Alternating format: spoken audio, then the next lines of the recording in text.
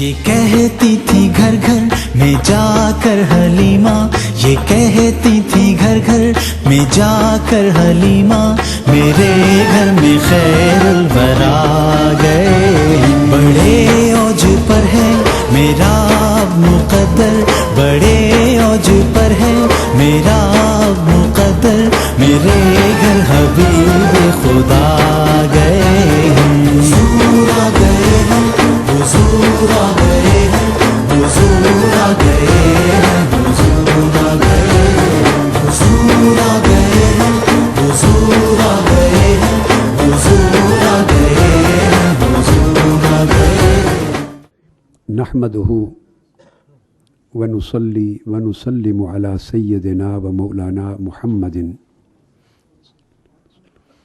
رسوله النبي الأمين المكين الحنين الكريم الرؤوف الرحيم، أما بعد، فأعوذ بالله من الشيطان الرجيم، بسم الله الرحمن الرحيم، لا أقسم بهذا البلد وأنت حل بهذا البلد، صدق اللہ مولانا العظیم۔ محترم مشائخ اعظام، علماء کرام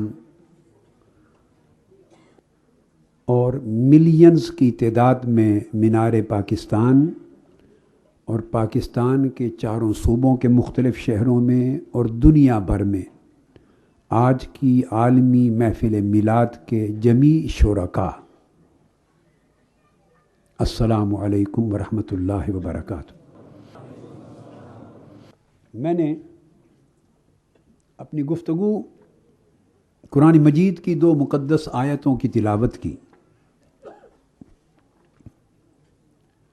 یہ جسٹ فار ریفرنس ہے۔ میں بیان کرنا چاہتا ہوں گفتگو کی ابتدا میں اس شب میلاد جس میں آپ جاگ رہے ہیں، جس کے لیے اتنے اہتمام کیے ہیں، خرچ کیے ہیں، اور پوری دنیا میں آقا علیہ السلام کے غلام جان و مال خرچ کر کے حضور کا میلاد مناتے ہیں، اس کی اہمیت کیا ہے؟ پھر میری گفتگو کا موضوع آج کی رات جتنا اللہ رب العزت کو منظور ہوا دامان وقت کی تنگی کے پیش نظر، موضوع ہوگا میلاد، مدینہ اور محبت۔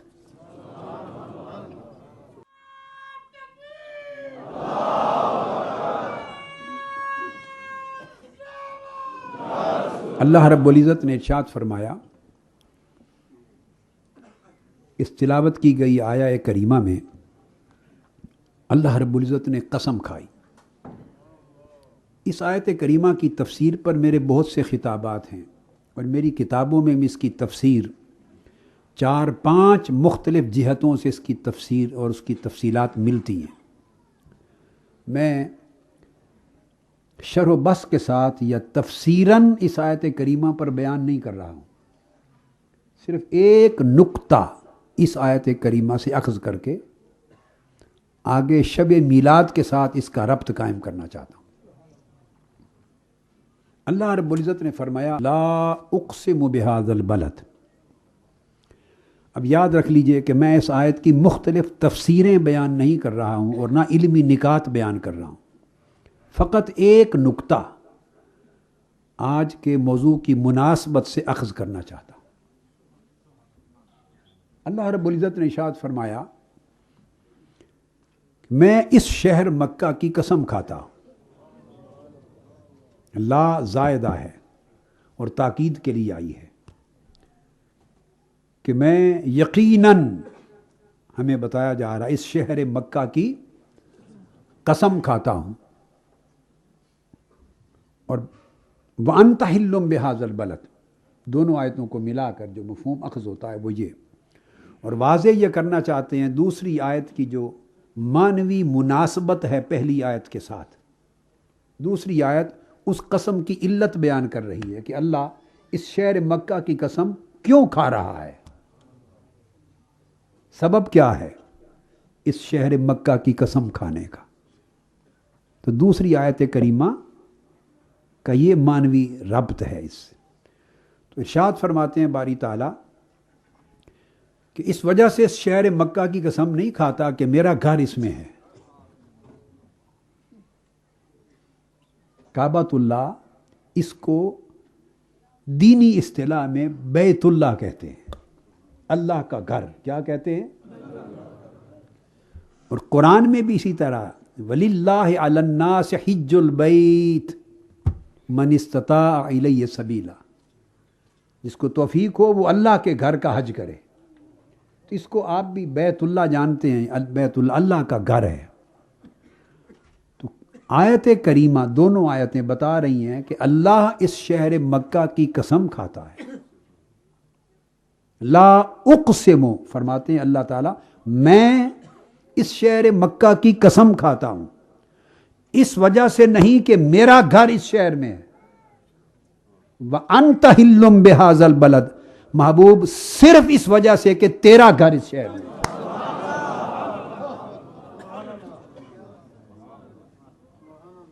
اس بات کو سمجھنے کی ضرورت ہے.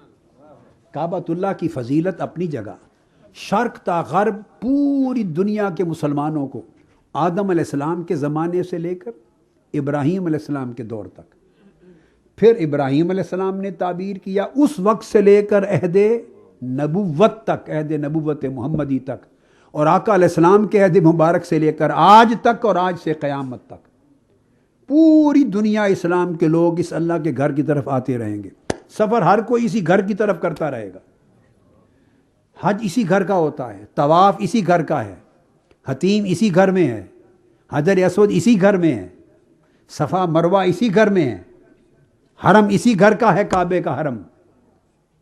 تو لامحالہ ایک خیال ذہن میں جاتا ہے کہ چونکہ اللہ کا گھر ہے اور حج ہے اور عبادت اور نماز کی توجہ کا مرکز یہی ہے اور ساری دنیا اسی کی طرف رخ کرتی ہے، تو ما کعبۃ اللہ کی ان برکتوں اور عظمتوں کی وجہ سے اللہ رب العزت نے اس شہر مکہ کی قسم کھائی ہوگی. ایک فطری سوچ ہے جو انسان کی آتی ہے. تو اللہ رب العزت نے جب قسم کھا دی یہ فرما کر کہ لا اقسم بہذا البلد، کہ میں اس شہر مکہ کی، اس شہر کی قسم کھاتا ہوں. جب قسم کھا دی تو وہ عالم الغیب ہے، وہ لوگوں کی سوچوں کو جانتا ہے، ان کے ذہن میں کیا کیا خیال آ سکتے ہیں، ان خیالات کی سمتوں کو جانتا ہے.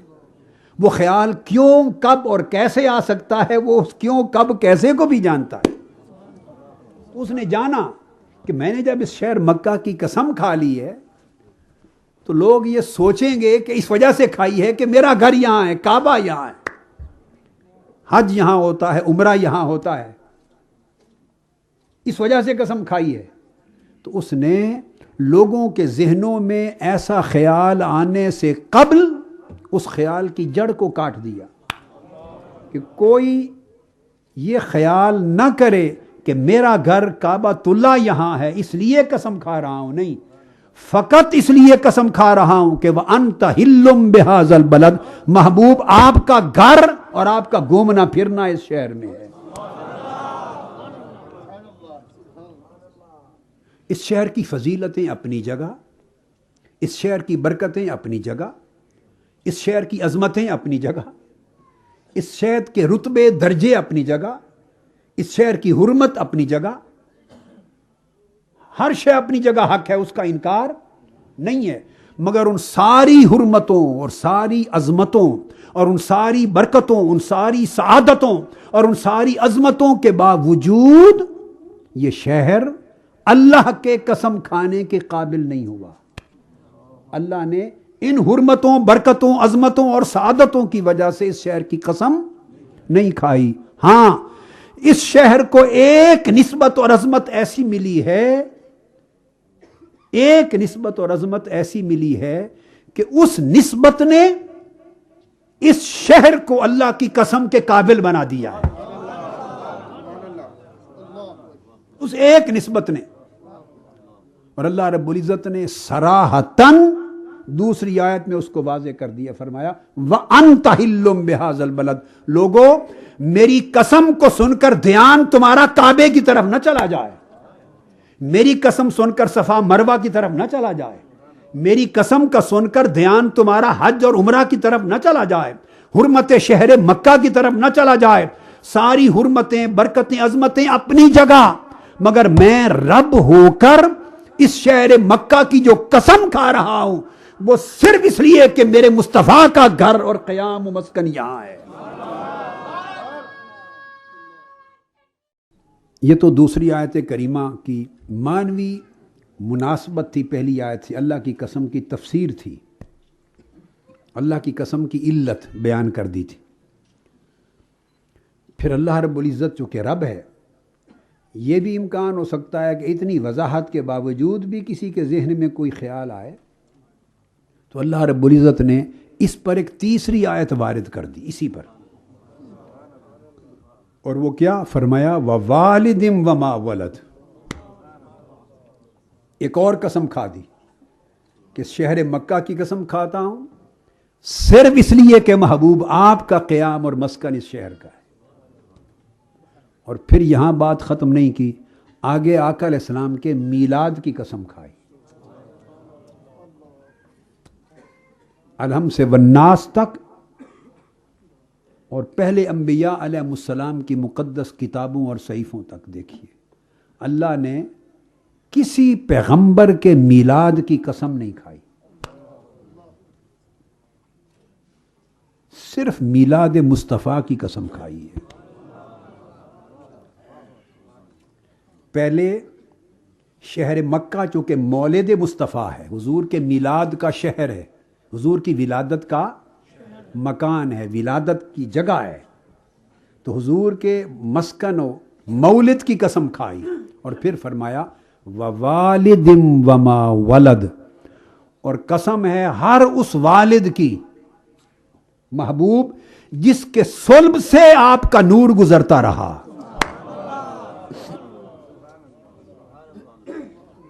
اس والد کی تفسیر بیان کرتے ہوئے صحابہ کرام، تابعین، اتباع التابعین اور ائمہ تفسیر مفسرین نے آدم علیہ السلام کو بھی مراد لیا، ابراہیم علیہ السلام کو بھی مراد لیا، آقا علیہ السلام کے دادا کو، جد امجد کو بھی مراد لیا۔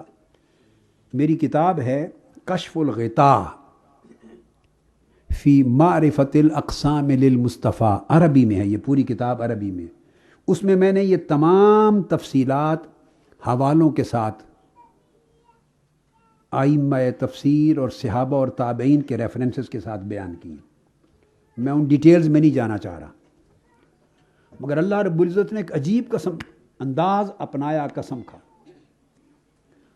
آدم علیہ السلام بھی جد الانبیاء ہیں، آقا علیہ السلام کا نور عالم بشریت میں ان کی صلب کے ذریعے منتقل ہوا، مگر تنہا ان کا نام نہیں لیا۔ ابراہیم علیہ السلام وہ پیغمبر ہیں جنہوں نے آقا علیہ السلام کی ولادت و بعثت کی یہاں کھڑے ہو کر دعا کی تھی کہ باری تعالیٰ مجھے اپنے محبوب مصطفیٰ کا دادا بنا دے، ربنا واجعلنا مسلمین لک ومن ذریتنا امۃ مسلمۃ لک، میری ذریت میں سے ایک نسل مسلمانوں کی بنا، اور مسلمانوں کی اس نسل میں سے وابعث فیہم رسولا منہم، اس میری ذریت میں سے، مسلمانوں کی اس نسل میں سے نبی آخر زمان کو پیدا کر، تاکہ میں اس مصطفیٰ کا دادا کہلاؤں۔ تو ان کو مراد لیا گیا، مگر ان کا بھی نام نہیں لیا، چونکہ آدم علیہ السلام سے لے کر سیدنا عبداللہ تک جتنے آباء و اجداد آقا علیہ السلام کی نسب مبارک میں آتے ہیں، ہر ایک کی پاک صلب سے حضور کا نور منتقل ہوتا رہا نا، ہر پاک صلب سے منتقل ہوتا رہا۔ تو اللہ رب العزت نے ایک عجیب اسلوب اپنایا، یہاں پر قسم کھا کہ ایک کا، دو کا، تین کا نام لوں تو باقی صلبیں رہ جاتی ہیں۔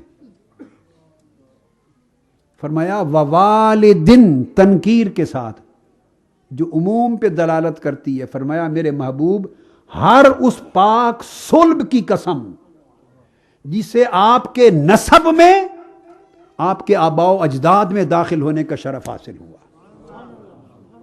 آدم علیہ السلام سے لے کر حضرت عبداللہ تک ہر اس پاک صلب کی قسم جو آپ کے نسب میں شامل ہے اور والد ہونے کا شرف رکھتا ہے،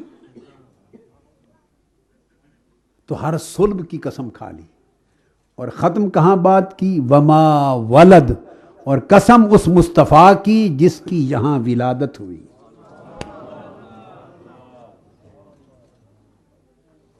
جس کی ولادت ہوئی. اب جو بات میں عرض کرنا چاہتا ہوں وہ یہ کہ مکہ معظمہ ایک شہر ہے اور اس کے اندر کئی اماکن ہیں. ارد گرد مزدلفہ بھی ہے، عرفات بھی ہے، مینا بھی ہے، اور صفا مروہ بھی ہے، اور کعبۃ اللہ. یہ بے شمار اماکن مقدسہ ہیں، مقدس جگہیں ہیں، اور ان سب کی حرمتیں اور عظمتیں ہیں. اور انہی میں ایک جگہ ہے آقا علیہ السلام کے مولد کی، جس گھر میں آقا علیہ السلام کی ولادت ہوئی ہے. تو اللہ تبارک و تعالی نے بصراحت لا اقسم بہذا البلد وانت حل بہذا البلد، وانت حل بہذا البلد کہہ کر وہ جتنی مکانی عظمتیں تھیں ان ساری عظمتوں پر حضور علیہ الصلوۃ والسلام کا مولد ہونے، یعنی حضور کی ولادت کی جگہ ہونے کی جو نسبت تھی، اس کو فوقیت دے دی. تو گویا مکہ کی افضلیت ان ساری برکتوں سے بڑھ کر مولد مصطفیٰ ہونے کے باعث ہو گئی. آپ میری بات کو سمجھیں. مکہ کی افضلیت حضور کا مولد یعنی مقام ولادت مصطفیٰ ہونے کے باعث مکہ کی افضلیت ساری فضیلتوں پر فوقیت لے گئی. اب یہ نکتہ میں نے اس لیے سمجھایا، اس کو کہتے ہیں فضیلت مکانی. کیا کہتے ہیں؟ کہ ایک جگہ کی فضیلت باقی جگہوں کی فضیلتوں سے اوپر ہو جاتی ہے، فوقیت لے جاتی ہے. فضیلت مکانی. تو جس طرح اس کا قاعدہ آپ نے قرآن سے سمجھ لیا اور اس میں کسی مفسر کا اختلاف نہیں ہے. اگر آپ 1000 کتب تفسیر کی اٹھا لیں، وَأَنْتَ حِلٌّ بِهَذَا الْبَلَدِ اور وجہ قسم الہی کی کوئی اور سبب کسی ائمہ تفسیر میں سے کسی ایک نے بھی آج تک اس پر اختلاف نہیں کیا. یہ کوئی مسالک اور مکاتب فکر پر اختلاف کا مسئلہ نہیں ہے. جو تفسیر اٹھا لیں، صحابہ اور تابعین کی تفاسیر سے لے کر متقدمین اور متاخرین اور معاصرین تک، میں نے آپ کو عرض کیا ایک مفسر بھی امت مسلمہ کی 1500 سال کی تاریخ میں اس سے مختلف تفسیر نہیں کرتا. اس قدر اجماع ہے اس پر. قرآن کی نص صریح ہے، گنجائش ہی نہیں دوسرے معنی کی. تو آپ سمجھ گئے فضیلت مکانی کا اصول. اب اس کو ذرا ذہن میں رکھیے کہ مکہ کو بہت سی فضیلتیں مختلف جگہوں کی نسبت سے حاصل تھیں، مگر نسبت محمدی کی فضیلت ساری مکانی فضیلتوں سے اوپر نکل گئی. میں ایک نقطے پر آپ کے ذہن کو مرکوز کر رہا ہوں. یعنی کعبۃ اللہ بھی ایک مکان ہے، تو اس کی مکانی فضیلت نیچے رہ گئی. مولد مصطفیٰ ہونے کی مکانی فضیلت سے عرفات، مینا، مزدلفہ ساری فضیلتیں، بھئی جب کعبۃ اللہ کی فضیلت نیچے رہ گئی مولد مصطفیٰ کی مکانی فضیلت کے مقابلے میں، تو باقی فضیلتیں تو پہلے کعبہ کے مقابلے میں نیچے ہیں. باقیوں کا تو مقابلہ ہی نہ رہا نا، ودڈرا ہو گئیں. جیسے آپ نے مکانی فضیلت کو یہ سمجھ لیا، یہ جو عظمت ہے، یہ جو ورچو ہے related to place, specific place, اسی طرح ورچو ہوتی ہے related to specific time. So there are virtues related to places and virtues related to times. وہ فضیلت مکانی تھی. اب اسی کی روشنی میں فضیلت زمانی بھی ہے. 7 دن ہیں ہفتے کے، ان سب میں افضل دن جمعہ ہے. یہ فضیلت زمانی ہے. اب فضیلت زمانی ہے. دن تو سارے اللہ ہی کے پیدا کردہ ہیں. دن اللہ تعالیٰ ہی کے پیدا کردہ ہیں، تو جمعہ بھی اللہ تعالیٰ ہی کا پیدا کردہ تھا۔ بھئی ہمارے یہاں تو جمعہ اس لیے جمعہ شریف بن گیا اور جمعۃ المبارک بن گیا کہ اس میں نماز جمعہ رکھ دی گئی اور آقا علیہ السلام نے اس کی فضیلتیں اور برکتیں بیان کر دی۔ ذرا آقا علیہ السلام سے پہلے چلے جائیے تو تب بھی تو یہ فرائیڈے تھا، Monday, Tuesday, Wednesday, Thursday, Friday, Saturday, Sunday, پہلے بھی تو یہ جمعہ تھا نا۔ تو جمعہ کی فضیلت زمانی ہے، 7 دنوں میں یہ افضل بنایا گیا۔ میں آپ کو ایک نکتہ سمجھا رہا ہوں کہ اللہ کے ہاں جب یہ افضلیت، فضیلتیں اللہ پاک بہت دیتا ہے، فضیلتیں بہت سوں کو دیتا ہے، دنوں کو بھی دیتا ہے، راتوں کو بھی دیتا ہے، مہینوں کو بھی دیتا ہے، شہروں کو بھی دیتا ہے، ملکوں کو بھی، خطوں کو بھی دیتا ہے فضیلتیں، بہت فضیلتیں دیتا ہے، مگر ان ساری فضیلتوں میں سے کسی کو افضل بناتا ہے، سب سے اونچا کر دیتا ہے۔ ان ساری فضیلتوں میں کسی کی فضیلت کو سب سے اونچا کر دینا، یہ اصول کیا ہے؟ یہ اصول، اس کا اصول کیا ہے وہ سمجھانا چاہتا ہوں۔ تو جیسے آپ نے مکہ کی مختلف مکانی فضیلتوں میں اللہ کی قسم کی نسبت سے فضیلت جان لی کہ جب آقا علیہ السلام کا مولد بن گیا، یعنی حضور کی ولادت ہو گئی اس شہر میں، تو حضور کی ولادت نے تمام مقامات کی فضیلتوں کے مقابلے میں اس کو افضل بنا دیا۔ تو جمعہ کو کیا فضیلت ملی؟ اس کی بھی وضاحت آقا علیہ السلام نے خود فرما دی۔ حضور علیہ السلام سے پوچھا گیا کہ جمعہ کیوں افضل ہے باقی ایام پر؟ فرمایا فی خلق آدم، اس دن اللہ نے حضرت آدم کو پیدا کیا۔ تو ایک نبی کی ولادت، ان کی تو ماں باپ سے تو نہیں تھی، تخلیق ہی تھی، تو پیدائش کہہ لیتے ہیں نا، ایک نبی کی پیدائش نے سارے دنوں میں اس جمعہ کو افضل بنا دیا۔ آقا علیہ السلام کا صریح فیصلہ فی خلق آدم، یہ اس لیے افضل بن گیا، افضل الایام، کہ اس میں اللہ کے بھیجے ہوئے نبیوں میں سے پہلے نبی کی پیدائش ہوئی، اور اسی دن آدم علیہ السلام کا نزول ہوا، زمین پر حبوط ہوا، اسی دن ان کی توبہ قبول ہوئی۔ تو ساری نسبتیں ایک پیغمبر کی اس دن کو مل گئیں، تو یہ سب دنوں پہ افضل دن بن گیا۔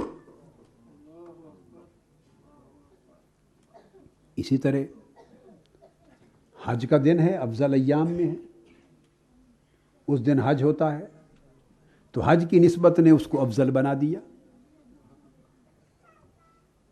عشرہ محرم ہے، اشہر الحرام ہیں، 4 مہینے ہیں، حرمت والے ہیں، انہوں نے ان کو عظمت دے دی۔ پورا ماہ رمضان ہے، اس کو فضیلت مل گئی۔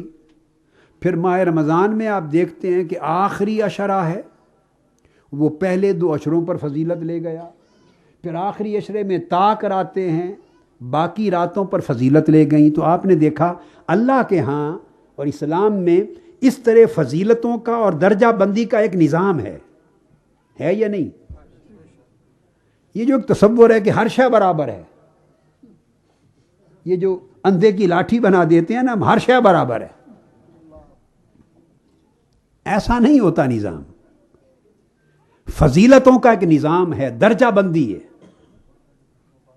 درجہ بندی ہے۔ تو جیسے میں نے بتا دیا کہ رمضان باقی 11 مہینوں پہ افضل، اس کے 3 عشروں میں آخری عشرہ پہلے 2 عشروں سے افضل، 10 راتوں میں سے 5 طاق راتیں بقیہ راتوں سے افضل۔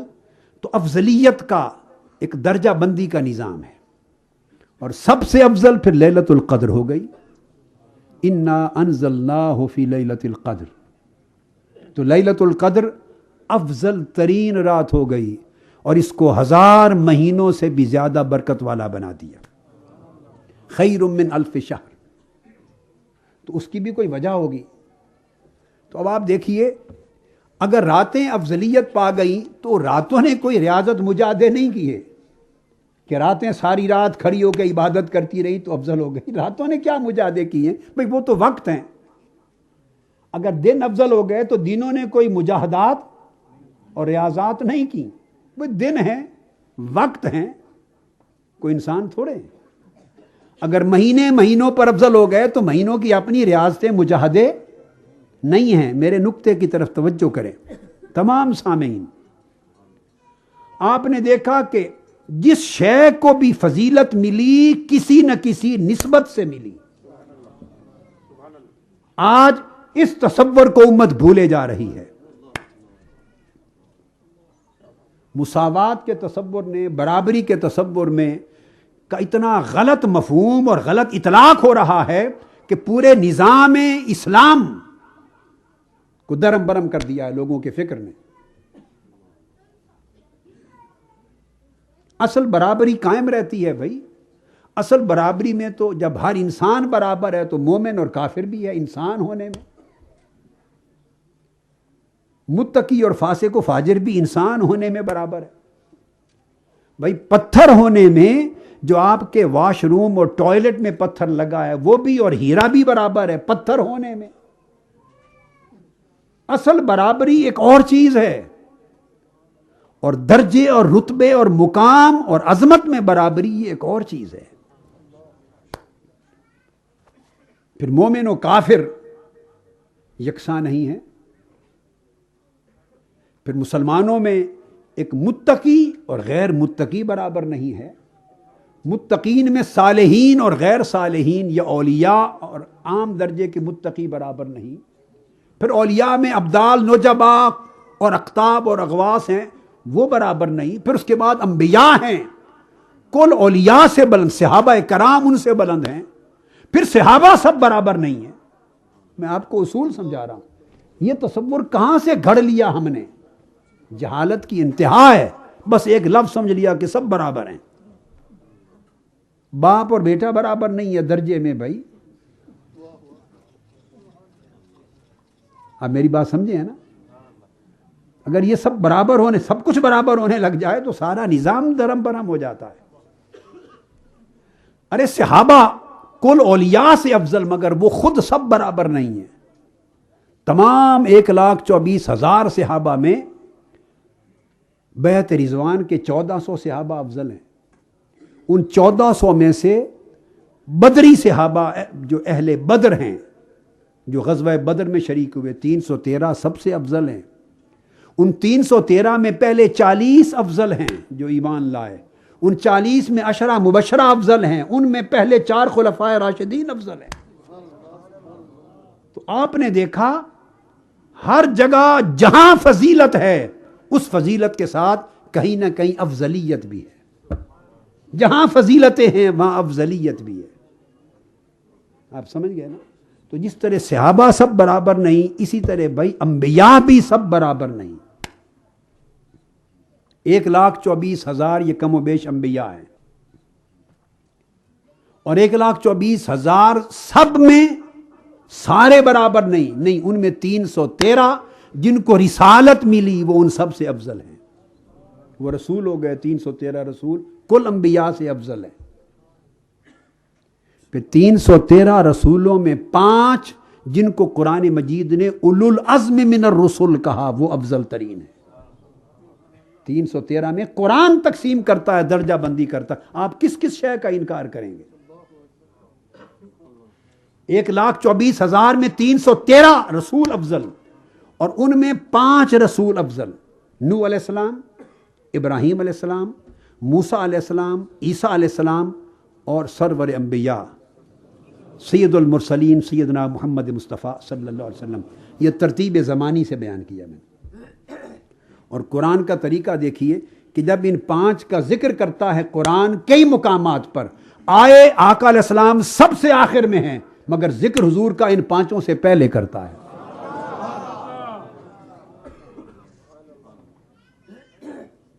جہاں 5 کا ذکر آیا آقا علیہ السلام کا ذکر پہلے کرتا ہے، پھر باقی. وَمِن کا وَمِن نوح وَإِبْرَاهِيمَ وَمُوسَى وَعِيسَى. یہ قرآن اس طرح کرتا ہے محبوب، جیسے آپ سے حلف لیا، میثاق لیا، اور نوح سے لیا، اور ابراہیم سے، اور موسیٰ سے، عیسیٰ سے. نوح علیہ السلام سے لے کے عیسیٰ علیہ السلام تک ترتیب وہی تاریخی ترتیب رکھی. جو پہلے اس کا ذکر پہلے نوح، پھر ابراہیم، پھر موسیٰ، پھر عیسیٰ، تاریخی ترتیب برقرار رکھی، اور اس ترتیب میں پھر آقا علیہ السلام کا ذکر اینڈ پر آنا چاہیے تھا، نہیں، مگر آخری نبی کو اٹھا کر ذکر میں پہلے کر دیا، تأخر زمانی تھا مگر تقدم ذکری کر دیا، ذکر میں پہلے۔ یہ تو آپ کو یاد نہیں رہیں گی، ایسی بہت سی آیتیں ہیں سورہ بقرہ کے پہلے رکوع کی، تو سادہ سی بات ہے یاد رکھنے کی، وہ یاد رہے گا، یؤمنون بما انزل الیک وما انزل من قبلک، جو ایمان لاتے ہیں اس وحی پر جو محبوب آپ پر اتاری گئی، اور جو وحی آپ سے پہلے اتاری گئی۔ تو جو پہلے اتاری گئی اس کا ذکر پہلے آنا چاہیے، جو بعد میں اتاری گئی اس کا ذکر بعد میں، مگر نظام اللہ کا نظام یہ ہے جو بعد میں آیا اس کا ذکر سب سے پہلے،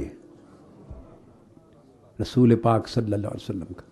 تو مقصد بات کا یہ کہ افضلیت کا ایک نظام ہے۔ پھر رسولوں میں فرمایا تلک الرسل فضلنا بعضهم علی بعض، یہ سب رسول ہیں مگر ان میں بعضوں پر بعضوں کو ہم نے فضیلت دی ہے۔ تو قرآن مجید کی تیسرے پارے کی پہلی آیت نے صریحاً اصول ثابت کر دیا کہ سب برابر، بولیے، سب رسول برابر نہیں، سب نبی برابر نہیں، سب صحابہ برابر، سب انسان برابر نہیں۔ یہ برابری کا من گھڑت تصور جو ہم نے بنا رکھا ہے یہ اللہ کے نظام اور قرآن کی تعلیمات کے منافی ہے۔ وہ برابری اور شے ہے، وہ انسانی حقوق میں برابری ہے، وہ ہیومن ڈگنیٹی کی برابری ہے، وہ مسئلہ ہی اور ہے۔ تو جب آپ یہ سمجھے کہ جہاں بھی افضلیت آئی ہے، افضلیت کسی نہ کسی نسبت سے ملی ہے، تو لیلۃ القدر تمام راتوں سے افضل کیوں ہو گئی؟ صرف اس لیے کہ انا انزلناہ فی لیلۃ القدر، ہم نے اس قرآن کو لیلۃ القدر میں نازل کیا، اس زمین پر نہیں، آسمان دنیا پر، بیت العزت پر، لوح محفوظ سے بیت العزت پر، اوپر یہ سفر ہوا، مگر جب اتارا تو لیلۃ القدر تھی۔ تو قرآن کی نسبت میں ایک نسبت سے لیلۃ القدر کل راتوں سے افضل ہو گئی۔ تو اب یہاں تک اصول سمجھ گئے کہ اللہ تعالیٰ نے فضیلتیں دیں، مگر جس کو بھی جو فضیلت دی وہ فضیلت کسی نسبت سے ملی، کسی نسبت سے ملی۔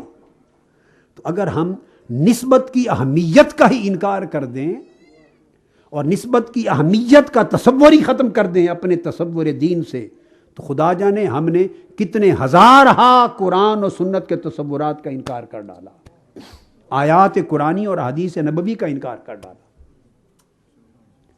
تو نسبت سے فضیلت ملی، تو لیلۃ القدر افضل ہوئی سب راتوں سے نسبت قرآن کے باعث۔ اب یہاں تک آپ آ گئے، اب محدثین نے اور ائمہ نے اور علماء محققین نے اس پر گفتگو کی کہ ایک طرف لیلۃ القدر کی افضلیت ہے جو 1000 مہینوں سے بھی افضل ہے، تو یہ سوال اٹھا ائمہ علم کے ہاں کہ یہ جو لیلۃ المولد ہے، حضور کے میلاد کی رات، یہ زیادہ افضل ہے یا لیلۃ القدر؟ آج آپ ساری رات ہو گئی نا جاگ رہے ہیں، آج کی رات کا بھی جاگنا ہے، اور 27ویں شب رمضان یا لیلۃ القدر جو بھی ہو تاک رات میں، اس رات کا بھی جاگنا ہے۔ مگر علمی نقطے کی طرف بعد میں آتا ہوں، ایک ذوقی فرق سمجھا دوں، ایک ذوقی فرق سمجھا دوں، یہ کتابوں میں نہیں آیا۔ لیلۃ القدر کا جاگنا بھی جاگنا ہے اور اس کا بڑا اجر ہے، اور شب میلاد کا جاگنا بھی جاگنا ہے۔ اللہ کی عزت کی قسم، لیلۃ القدر میں ہر کوئی جو جاگنے والا ہے وہ جاگتا ہے اپنی خاطر، ہر کوئی اپنی خاطر جاگتا ہے، میری بخشش ہو جائے، میرے گناہ معاف ہو جائیں، میری توبہ قبول ہو جائے، میری خطائیں معاف ہو جائیں، مجھے اجر مل جائے، مولا مجھے رزق بڑھا دے، بیماری ختم ہو جائے۔ ہر جاگنے والا شب قدر میں جاگتا ہے اپنی خاطر، مگر لیلۃ المیلاد میں ہر جاگنے والا اپنی خاطر نہیں جاگتا ہے، مصطفیٰ کی خاطر۔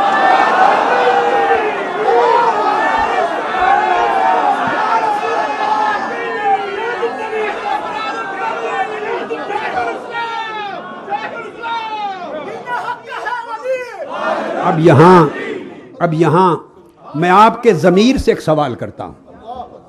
مینار پاکستان میں لاکھوں کی تعداد میں جاگنے والے عاشقوں اور پورے کرۂ ارضی پر ملینز کی تعداد میں آج کی رات حضور کا ذکر، حضور کی محبت کا ذکر، حضور کی شان کا ذکر، عظمت کا ذکر سننے کے لیے جاگنے والوں، میں آپ کے ضمیر سے، آپ کے شعور سے ایک سوال کرتا ہوں، آپ کے شعور سے۔ دونوں جاگنا، دونوں قسم کے جاگنا حق ہے۔ شب قدر کا جاگنا بھی حق، شب میلاد کا جاگنا بھی حق، مگر کیا اس کا انکار کوئی کرے گا کہ شب قدر ہر کوئی اپنے لالچ میں جاگتا ہے کہ میری بخشش ہو جائے؟ چونکہ رب کائنات آسمان دنیا پہ اتر کے آواز دے رہا ہے کوئی مجھ سے معافی مانگنے والا میں معاف کر دوں، ہے کوئی مجھ سے رزق مانگنے والا میں رزق دے دوں، ہے کوئی مجھ سے سوال کرنے والا میں اس کا سوال پورا کر دوں، ہے کوئی مجھ سے شفا مانگنے والا شفا دے دوں۔ یہ تو بخاری اور مسلم کی حدیث ہے نا۔ ہر کوئی یہ جان کے جاگتا ہے کہ آج کی رات رب کریم عطا پر مائل ہے، تو ہر کوئی اپنے لیے کچھ نہ کچھ مانگتا ہے، اپنے لیے جاگتا ہے، مگر شب میلاد ہر جاگنے والا صرف مصطفیٰ کے لیے جاگتا ہے، حضور کی ولادت کی خوشی میں جاگتا ہے، حضور کی آمد کی فرحت و مسرت میں جاگتا ہے۔ اب میں آپ کے شعور سے سوال کرتا ہوں، اپنی بخشش و مغفرت کی طلب میں ساری رات جاگنا خدا کو یہ زیادہ محبوب ہوگا یا مصطفیٰ کی محبت میں جاگنا محبوب ہوگا؟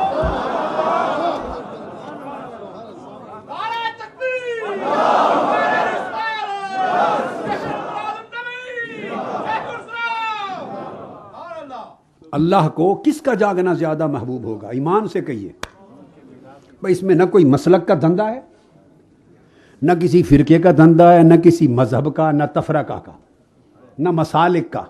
یہ تو ایک کامن شعور کی بات ہے، انسانی شعور کی بات ہے۔ رب کائنات کو کس کا جاگنا زیادہ محبوب ہوگا؟ وہ اپنے لیے جاگ رہا ہے یا رب کے محبوب کے لیے جاگ رہا ہے؟ تو کیا آپ کو محبت کے دستور معلوم نہیں ہیں؟ محبت کے دستور کیا ہیں؟ محبت کے دستور یہ ہیں کہ محبت کرنے والے کے محبوب کے لیے کوئی جاگے تو وہ اس کے ساتھ سب سے زیادہ خوش ہوتے ہیں۔ اس نے اپنا دستور بیان نہیں کر دیا، لا اقسم بہذا البلد وانت حل بہذا البلد، بے شک میرا گھر اس مکہ میں صحیح، مگر اس وجہ سے قسم نہیں کھاتا، اس وجہ سے قسم کھاتا ہوں کہ میرے محبوب کا گھر یہاں ہے۔ تو اس نے واضح نہیں کر دیا کہ اس کا دستور محبت کیا ہے؟ امام اسماعیل حقی نے روح البیان میں بیان کیا، اب میں کچھ ریفرنسز دے دوں۔ انہوں نے ایک اور جہت سے بیان کیا، تو جو کچھ میں نے پہلے بیان کر دیا یہ تو میری ایک عاجزانہ اور خادمانہ سی باتیں تھیں جو میں نے ایڈیشن کر دی، گوشت گزار کر دی۔ اب تو صرف افضلیت کی بات جو مختصر کی اس پر ریفرنس دے رہا ہوں۔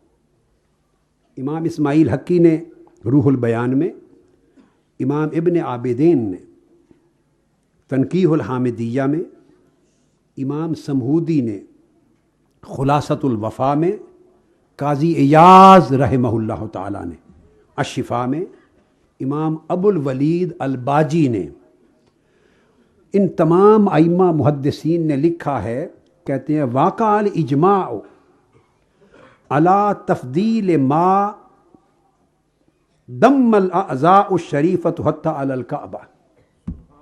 وہ کہتے ہیں اس پر امت کا اجماع ہے، یہ ائمہ علم کہتے ہیں امت کا اس پر، اور یہ کوئی پاکستان انڈیا کے علماء یا آج کل کے زمانے کے لوگوں کا کوئی فتویٰ نہیں ہے، پوری تاریخ کے معتبر معتمد ائمہ علم ائمہ حدیث کہتے ہیں کہ اس پر اجماع واقع ہو چکا ہے۔ کیا؟ کہ زمین کا وہ ٹکڑا جس پر آقا علیہ الصلوۃ والسلام کا جسد مبارک لیٹا ہوا ہے، یعنی قبر انور صلی اللہ تعالیٰ علیہ وآلہ وسلم، آقا علیہ السلام کی قبر انور، روضہ اقدس، گنبد خضرا، جہاں آقا علیہ السلام آرام فرما ہے، زمین کا وہ خطہ جو حضور علیہ السلام کے جسم پاک سے مس ہو رہا ہے، فرماتے ہیں امت کے اماموں کا اس پر اجماع ہے کہ وہ کعبہ سے بھی افضل ہے۔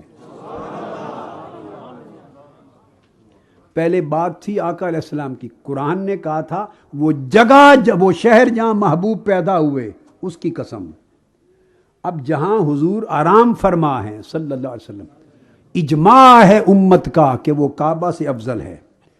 اور یہی نقطہ امام ابن عساکر نے بھی بیان کیا، اسی نقطہ کو امام سبکی نے بھی بیان کیا، امام ابن عقیل الحنبلی سے بھی بیان کیا، اور وہ فرماتے ہیں کہ صرف قبر انور اور روضہ اقدس کا وہ خطہ زمین جہاں آقا علیہ السلام کا جسد مبارک آرام فرما ہے، وہ صرف کعبہ سے افضل نہیں، وہ کہتے ہیں اجماع یہ ہے کہ وہ اللہ کے عرش سے بھی افضل ہے، وہ خطہ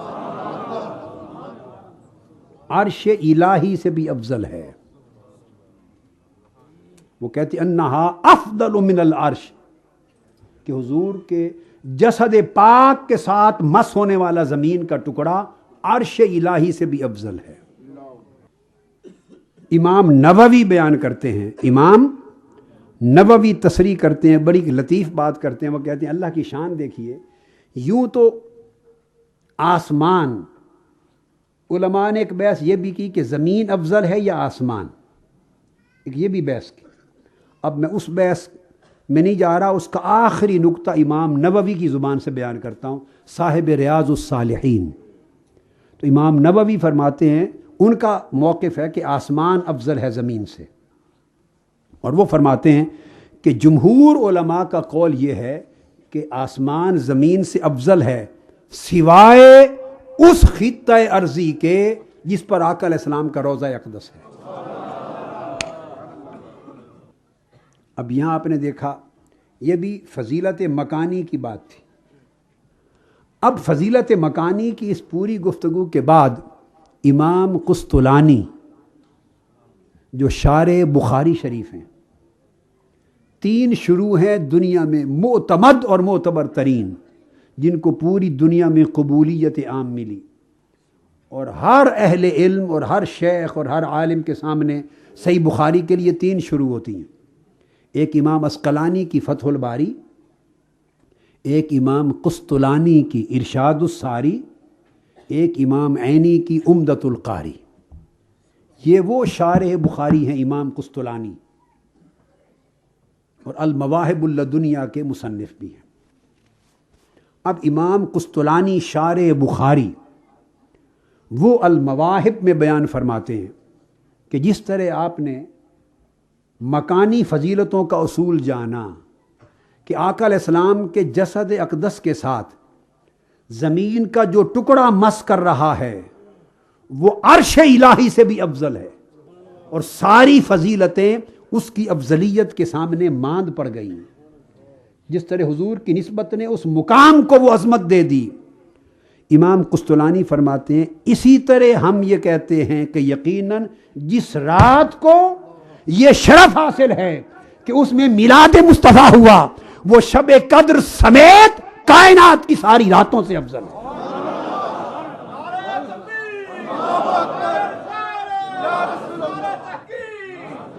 وہ فرماتے ہیں کہ وہ لیلۃ القدر سے بھی افضل ہے، لیلۃ القدر سے بھی افضل ہے، جس رات کو حضور کی شب ولادت ہونے کا شرف حاصل ہوا۔ اور وہ بیان کرتے ہیں ان لیلۃ مولدہ صلی اللہ علیہ وآلہ وسلم افضل من لیلۃ القدر من وجوہ ثلاثۃ۔ فرماتے ہیں 3 اسباب ہیں اس کے۔ کتنے دلائل؟ ایک تو وہ جو میں دے چکا آپ کو، وہ ذوقی دلیل تھی۔ امام قسطلانی بیان کرتے ہیں 3 علمی دلائل، اور ایکچولی کئی اور دلائل بھی ہیں، یہاں انہوں نے 3 بیان کیے، میں انہی 3 کا ذکر کر رہا ہوں۔ اور وہ یہ کہتے ہیں، ایک عام خیال لوگوں کو یہ گزر سکتا ہے کہ جی لیلۃ القدر میں قرآن اترا، تو اس سے بڑھ کر کون سی رات ہو سکتی ہے؟ اس سے بڑھ کر کون سی رات ہو سکتی ہے؟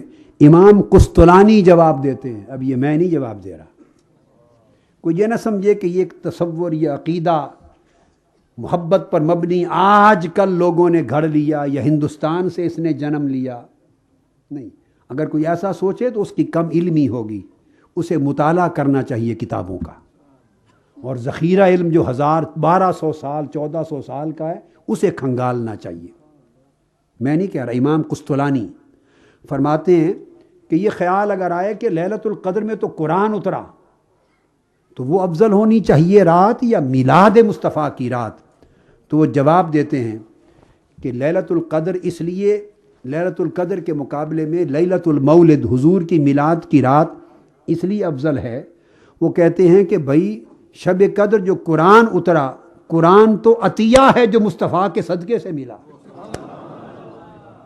قرآن تو اللہ کا عطیہ ہے، عطا ہے جو صدقہ مصطفیٰ سے ملا۔ اگر حضور مبعوث نہ ہوئے ہوتے، اس دنیا میں حضور تشریف نہ لائے ہوئے ہوتے، تو کس کو قرآن ملتا، کس پر قرآن اترتا، یہ عطیہ کس کو نصیب ہوتا؟ اور لیلۃ القدر، شب قدر کیسے بنتی؟ ارے وہ قرآن کو شب قدر کی خاطر تھوڑا اترا ہے، وہ قرآن حضور پہ اترا، تو وہ اللہ کی عطاؤں میں سے ایک عظیم ترین عطیہ ہے۔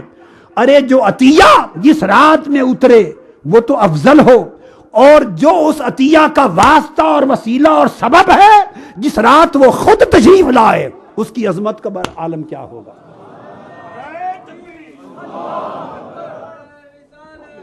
تو گویا لیلۃ القدر میں قرآن حضور پر اترا، حضور کے لیے اترا بیت المعمور پر، اور شب میلاد میں صاحب قرآن آئے جن کے صدقے سے قرآن بھی ملا، جن کے صدقے سے اسلام بھی ملا، جن کے صدقے سے ہمیں معرفت توحید بھی ملی، اور جن کے صدقے سے ہمیں ایمان بھی ملا، اور جن کے صدقے سے ہم اس قابل ہوئے کہ شب قدر کو جاگ سکیں۔ ارے شب قدر ہو یا قبول توبہ، نزول قرآن ہو یا انوار قرآن، یہ سب کچھ صدقہ ہے ولادت و بعثت مصطفیٰ کا۔ حضور آئے تو سب کچھ آ گیا، آقا علیہ السلام نہ آئے ہوتے تو کچھ بھی نہ آتا، پھر شب قدر کہاں سے آتی؟ تو شب قدر تو ملی ہے واسطہ مصطفیٰ سے، تو کیا واسطے کا درجہ اس ہستی سے کہ جس کا واسطہ ہے اس سے بھی بلند ہو جائے گا؟ یہ تو پہلی دلیل دیتے ہیں۔ اور پھر نزول قرآن تو حضور کی خاطر ہوا، نزول قرآن حضور علیہ السلام کی خاطر ہوا۔ پھر فرماتے ہیں ایک دوسرا سبب لیلۃ القدر کی فضیلت کا یہ ہے کہ اس میں ملائکہ کا نزول ہوتا ہے، سورہ قدر کے اندر موجود ہے نا، تنزل الملائکۃ والروح، اس میں روح الامین جبرائیل امین کا نزول ہوتا ہے اور ملائکہ کا نزول ہوتا ہے۔ پھر امام قسطلانی فرماتے ہیں کہ اس رات لیلۃ القدر میں ملائکہ آتے ہیں، زمین پر اترتے ہیں، شب میلاد میں مصطفیٰ زمین پر تشریف لے آتے ہیں۔ اور ملائکہ کا نزول اس کی فضیلت کیا معنی رکھتی ہے ورود مصطفیٰ کے ساتھ؟ یہ ملائکہ تو چوکیدار ہیں حضور کے گھر کے، یہ تو حضور کی اہل بیت کے چوکیدار ہیں، یہ حضور کے صحابہ غلاموں ولیوں کے گلی کوچوں میں پھرتے ہیں۔ حضور کی امت کا ولی سویا ہو تو ملائکہ اس کے سرانے اور اس کے پائنتی کھڑے دعائیں کرتے ہیں، ملائکہ حضور کی امت کے صالحین کے لیے دعا گو رہتے ہیں، ملائکہ مجالس سے ذکر کو ڈھونڈتے گلیوں کوچوں میں پھرتے ہیں، جہاں حضور کے امتی اللہ کا ذکر کر رہے ہوں ان کے ساتھ بیٹھ جاتے ہیں۔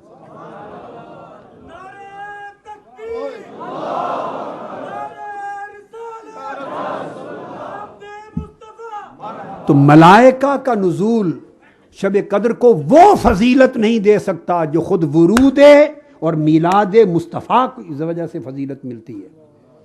اور رہ گئے جبرائیل امین کہ وہ بھی اترتے ہیں، تو اس رات تو جبرائیل امین ایک بار اترتے ہوں گے، اور آقا علیہ السلام کی بارگاہ میں جبرائیل اتنا اترتے تھے کہ لگتا تھا یہاں سے جاتے ہی نہیں ہیں۔ بعض علماء نے کہا کہ 24,000 بار اترے ہیں حضور کی بارگاہ میں جبرائیل امین۔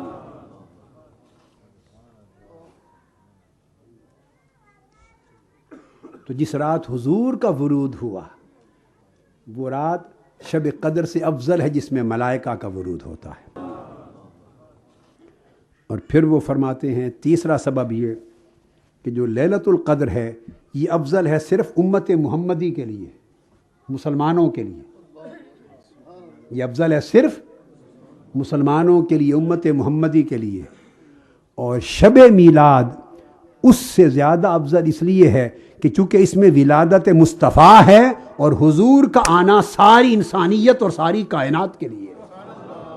وما ارسلناک الا رحمۃ للعالمین، وہ تمام عالموں کے لیے رحمت بن کے آئے، عالم انس و جان کے لیے، کل موجودات عالم کے لیے۔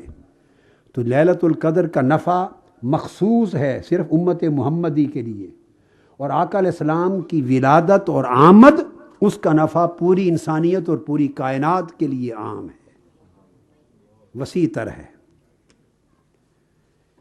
یہ میں نے کچھ چیزیں عرض کیں کہ اس شب میلاد کا جاگنا اور اس کو منانا، اس کی فضیلت کا عالم یہ ہے کہ شب قدر سمیت کوئی رات افضلیت میں اس جیسی نہیں ہے۔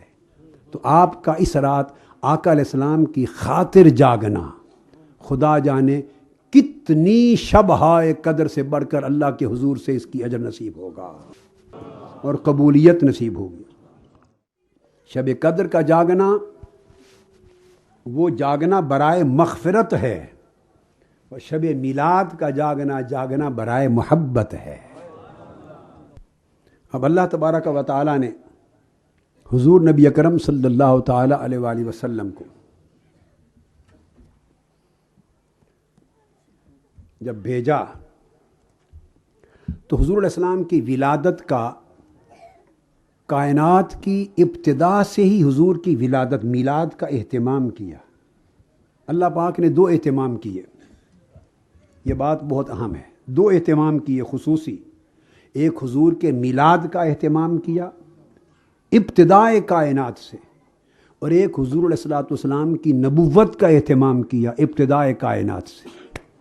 یعنی حضور کے میلاد کو اتنی اہمیت دی اللہ پاک نے کہ صرف ولادت کے وقت سے نہیں، آپ اور ہم تو ربیع الاول آتا ہے تو اہتمام شروع کرتے ہیں نا میلاد کا، نہیں، اللہ رب العزت نے جب عالم خلق پیدا کیا تو تخلیق خلق کی ابتدا سے حضور کے میلاد کا اہتمام شروع کر دیا۔ الوہی اہتمام میلاد تھا، الوہی اہتمام بولیے میلاد تھا۔ امام بہقی روایت کرتے ہیں، اور امام ابن ابی عاصم اور امام ابن عساکر اور امام سیوطی حضرت ابو ہریرہ رضی اللہ تعالیٰ عنہ سے مروی اس حدیث کی سند کو حسن کہتے ہیں۔ اور اس جو میں ابھی کوٹ کر رہا ہوں جو حدیث، اس کو امام ابن ابی عاصم کے علاوہ خود امام احمد بن حنبل نے روایت کیا فضائل الصحابہ سے، حضرت سلمان سے، امام بہقی نے دلائل النبوت میں، امام دیلمی نے مسند الفردوس میں، پھر اسے امام عسقلانی نے لسان المیزان میں لکھا ہے، اور علامہ ذہبی نے میزان الاعتدال میں، اور امام سیوطی نے خصائص کبریٰ میں۔ بہت سے ائمہ حدیث کا کسی ایسی حدیث کو لے کر استدلالاً اور احتجاجاً اپنی کتابوں میں درج کرنا بطور دلیل، یہ تلقی بالقبول ہوتی ہے۔ وہ حدیث اس لیے امام سیوطی نے اس اسناد کو حسن کہا۔ تو میں عرض کر رہا تھا کہ حضور کے میلاد کا اہتمام اللہ نے شروع سے کر دیا۔ اب میں بہت پیچھے نہیں جاتا چونکہ وقت بہت قلیل رہ گیا ہے، تو میں پیدائش آدم علیہ السلام سے شروع کر رہا ہوں، بس پاسنگ ریفرنسز دوں گا چند ایک۔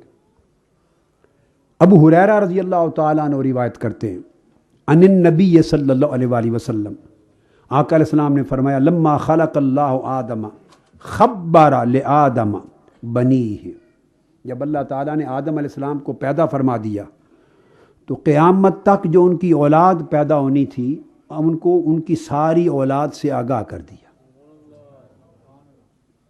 اولاد کی روحیں دکھا دیں۔ اس کا اشارہ قرآن مجید میں بھی ایک طرح آتا ہے، مفسرین نے بیان کیا ہے، وہ جو آدم علیہ السلام کی صلب میں ان روحوں سے اللہ پاک نے حلف لیا، الستُ بربکم قالوا بلی، ساری روحیں بول اٹھی تو آدم علیہ السلام کو دکھا بھی دی، اطلاع کر دی۔ فجعل یری فضائل بعضهم علی بعض، تو آدم علیہ السلام نے جب اپنی نسل سے پیدا ہونے والی پوری انسانی طبقات کو دیکھا تو ملاحظہ فرمانے لگے کہ کون افضل ہوگا، کس کی فضیلت کم ہوگی، کس کی اور کم ہوگی، کس کی فضیلت بہت زیادہ ہوگی۔ تو اس طرح مختلف نسلوں، طبقات اور انسانوں کے درجات اور فضائل دیکھنے لگے۔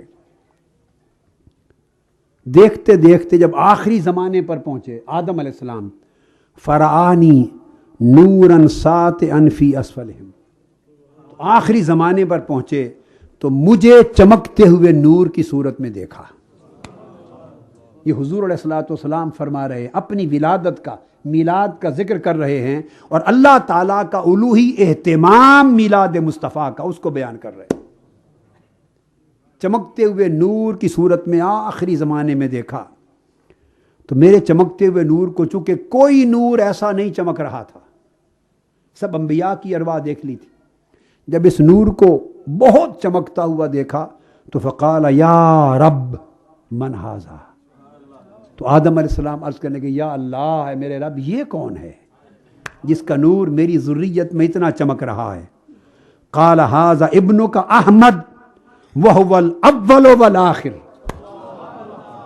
وہو اول شافع، اے میرے آدم، یہ آپ کا بیٹا احمد و محمد مصطفیٰ ہے، اور یہی اول بھی ہے اور یہی آخر بھی ہے، اپنی تخلیق میں سب سے اول ہے اور اپنے ظہور اور بعثت میں سب سے آخر ہوگا۔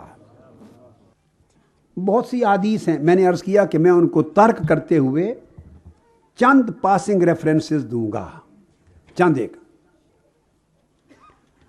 اور پھر ابو ہریرہ رضی اللہ تعالیٰ عنہ ہی روایت کرتے ہیں، جس کو پھر امام دیلمی نے مسند الفردوس میں، ابن سعد نے طبقات میں، امام سیوطی نے خصائص میں، ابن ابی حاتم اور امام ابو نعیم نے سب نے، امام ذہبی نے میزان الاعتدال میں، امام مناوی نے فیض الکبیر میں، امام قرطبی نے الجامع لاحکام القرآن میں، حافظ ابن کثیر نے البدایہ والنہایہ اور تفسیر قرآن میں، امام بغوی نے اپنی تفسیر میں، سیوطی نے اپنی تفسیر میں، کل ائمہ نے اپنی اپنی اسانید کے ساتھ کتب حدیث میں، اور ائمہ تفسیر نے استدلالاً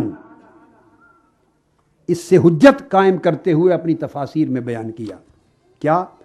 ابو ہریرہ رضی اللہ تعالیٰ عنہ روایت کرتے ہیں، ایک آیت کی تفسیر حضور علیہ السلام سے، عن النبی صلی اللہ علیہ وسلم فی قولہ تعالی، انہوں نے سنا کہ آقا علیہ السلام نے اس آیت کریمہ کی تفسیر میں فرمایا، اذ اخذنا من النبیین میثاقہم، سورہ الاحزاب کی آیت نمبر 33، اذ اخذنا من النبیین میثاقہم، ہم نے انبیاء سے ان کے حلف لیے، حلف ہائے نبوت لیے۔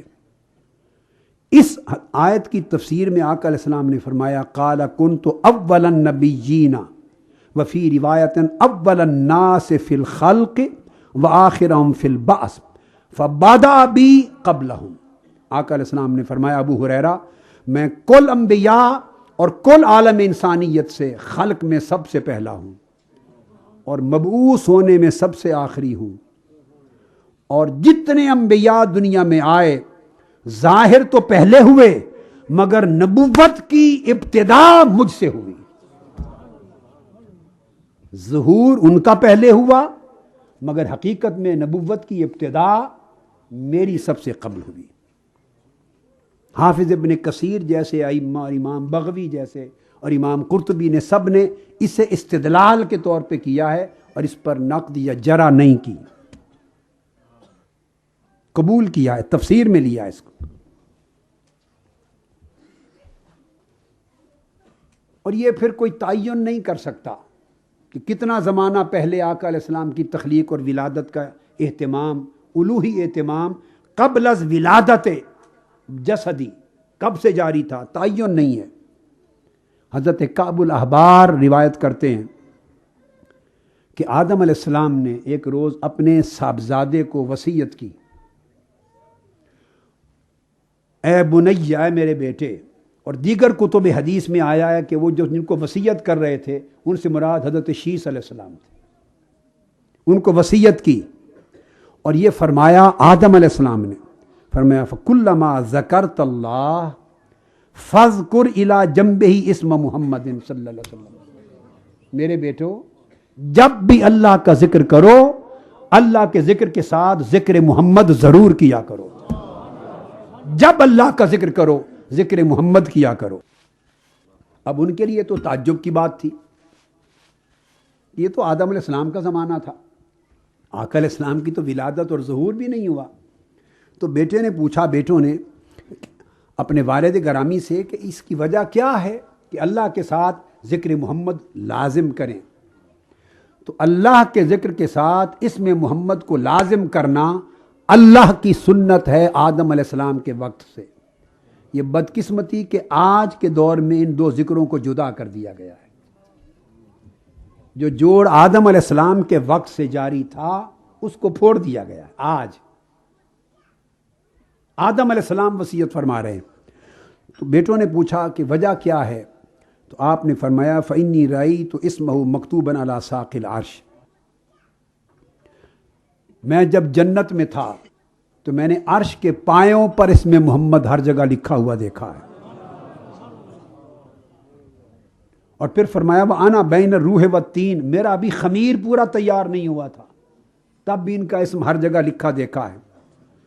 کما انی طفت السماوات فلم ارى في السماوات موضعا الا رأيت اسم محمد صلی اللہ علیہ وسلم مکتوبا علیہ، فرمایا خدا کی قسم جب مجھے آسمانوں اور جنتوں کی سیر کرائی گئی تو میں نے کل سماوی کائنات میں آسمانوں میں کوئی ایک جگہ ایسی نہیں دیکھی جہاں اسم محمد نے لکھا ہوا ہو۔ وَأَنَّ رَبِّي أَسْكَنَنِي الْجَنَّةَ، پھر جب اللہ پاک نے مجھے جنت میں ٹھہرایا تو میں نے جنت میں کوئی قصر، جنت کا اندر کوئی محل اور اس محل کا کوئی ستون اور ستون کی کوئی بانس خوبصورتی کی شے سی نہیں دیکھی جس پر اسم محمد مزین نہ کر رکھا ہو اللہ پاک نے۔ وَلَقَدْ رَأَيْتُ اسْمَ مُحَمَّدٍ مَكْتُوبًا عَلَى نُحُورِ الْعِينِ، حتیٰ کہ میں نے حور عین کے گلوں پر بھی اسم محمد کو لکھا دیکھا ہے، اور میں نے جنت کے دربانوں کی آنکھوں پر اسم محمد لکھا دیکھا ہے، طوبا کے درختوں کے پتوں پر اسم محمد لکھا دیکھا ہے، سدرۃ المنتہا کے پتوں پر اسم محمد دیکھا ہے، فرشتوں کی آنکھوں کے درمیان اسم محمد کے لفظ کی جھلک دیکھی ہے۔ فرمایا بیٹو تمہیں کیا کیا کہوں، کیا جنت، کیا عرش اور کیا عالم سماوات، کوئی مقام جو عزت اور تکریم کے لائق تھا اسم محمد سے خالی نہیں پایا۔ اس لیے تم جب اللہ کا ذکر کرو اسم محمد کا ذکر ساتھ کرو کہ اللہ کو یہ ذکر بڑا پیارا ہے۔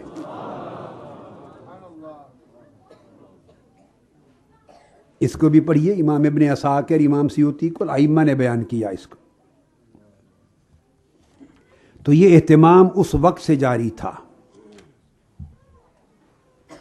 پھر اللہ تبارک و تعالیٰ نے آدم علیہ السلام کے بعد حضور کے میلاد کا یہ اہتمام جاری رکھا، اور یہ صحیح بخاری میں حدیث ہے، صحیح بخاری میں اور مسند احمد بن حنبل میں اور مسند ابو یعلا میں اور درجنوں کتب حدیث میں۔ جب صحیح بخاری میں آ گئی تو پھر باقی کے تو حوالہ بھی نہیں ضرورت۔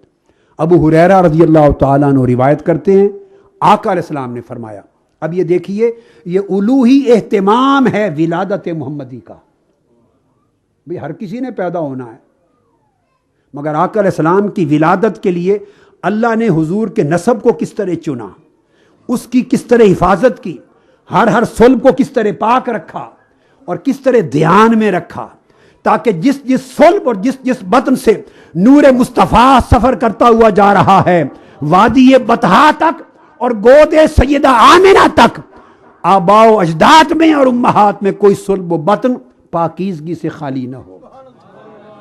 آقا علیہ السلام نے فرمایا بُعِثْتُ مِنْ خَيْرِ قُرُونِ بَنِي آدَمَ قَرْنًا فَقَرْنًا حَتَّى كُنْتُ مِنَ الْقَرْنِ الَّذِي كُنْتُ فِيهِ، آدم علیہ السلام سے لے کر آج تک جتنی نسلیں آئی ہیں بہترین سے بہترین نسل کو چن کر مجھے اس میں سے گزارا گیا، حتیٰ کہ اس نسل میں اور باپ اور ماں کے اس جوڑ میں جس میں اب میری پیدائش ہوئی۔ پھر صحیح مسلم اور جامع ترمذی میں حدیث صحیح حضرت واصلہ بن اسقع روایت کرتے ہیں کہ اللہ تعالیٰ نے قریش میں سے کنانہ کو چنا ولد اسماعیل میں سے، اور ان قریش میں کنانہ کو چنا، اور پھر ان میں سے بنی ہاشم کو چنا، بنی ہاشم میں سے میرے خاندان کو چنا۔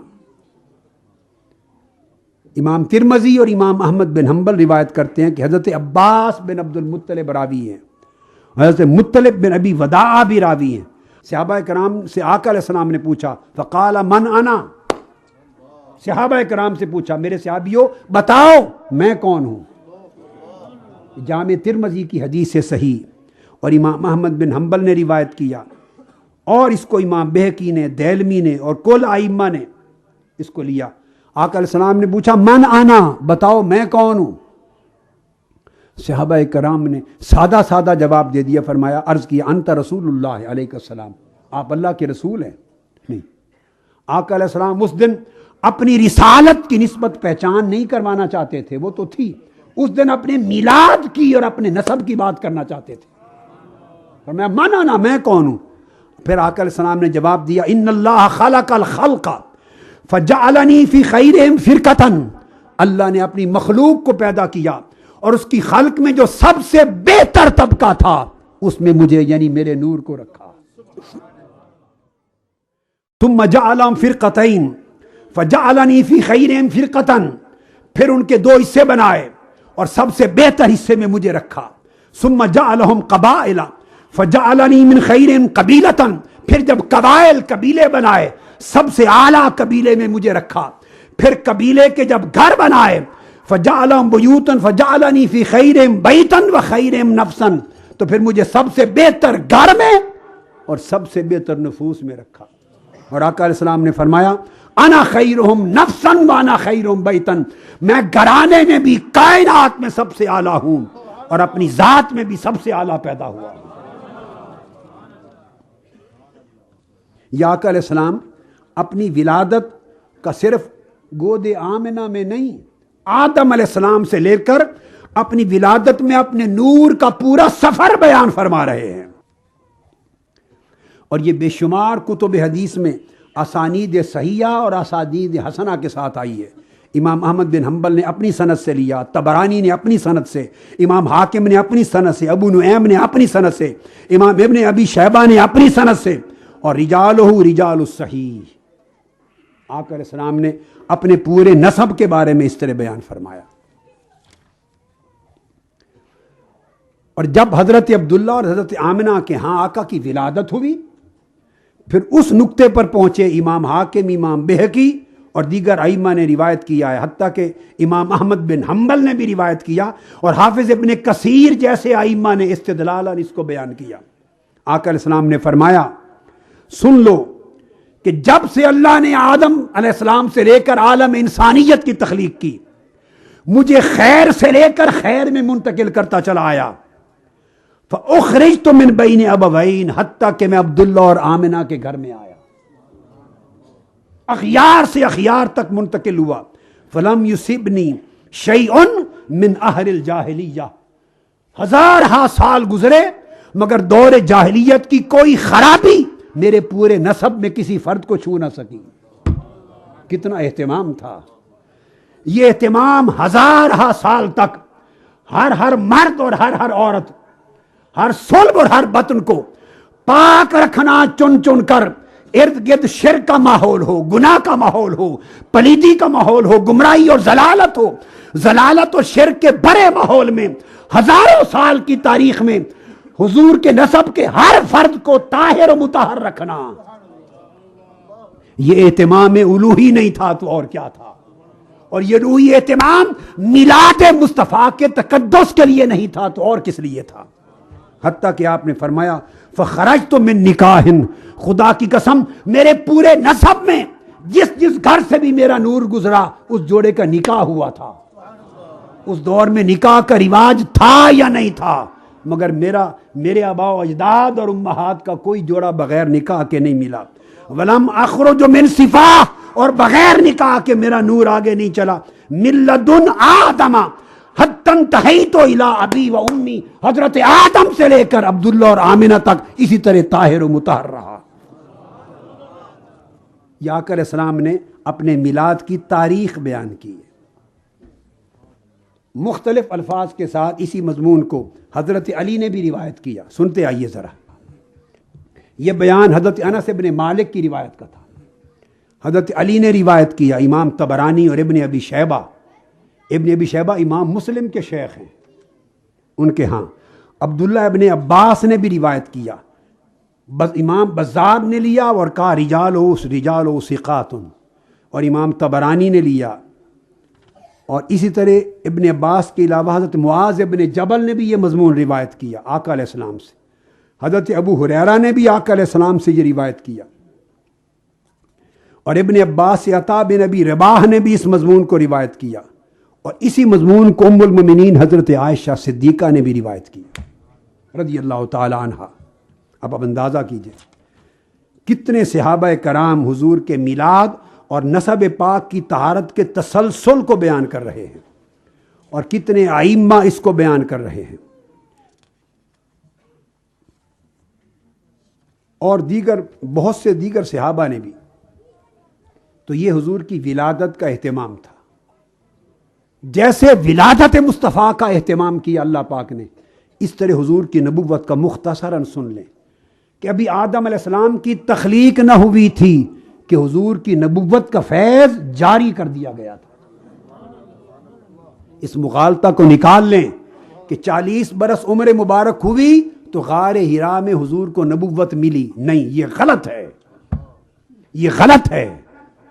40 برس کی عمر مبارک پر حضور کی بعثت ہوئی، اس کو کہتے ہیں یعنی اعلان نبوت فرمایا۔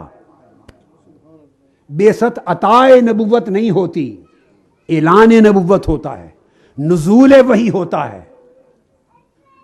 نبوت تو تخلیق آدم سے بھی پہلے نہ صرف آقا علیہ السلام کو عطا ہو گئی تھی بلکہ اس کا فیض بولیے جاری ہو گیا تھا۔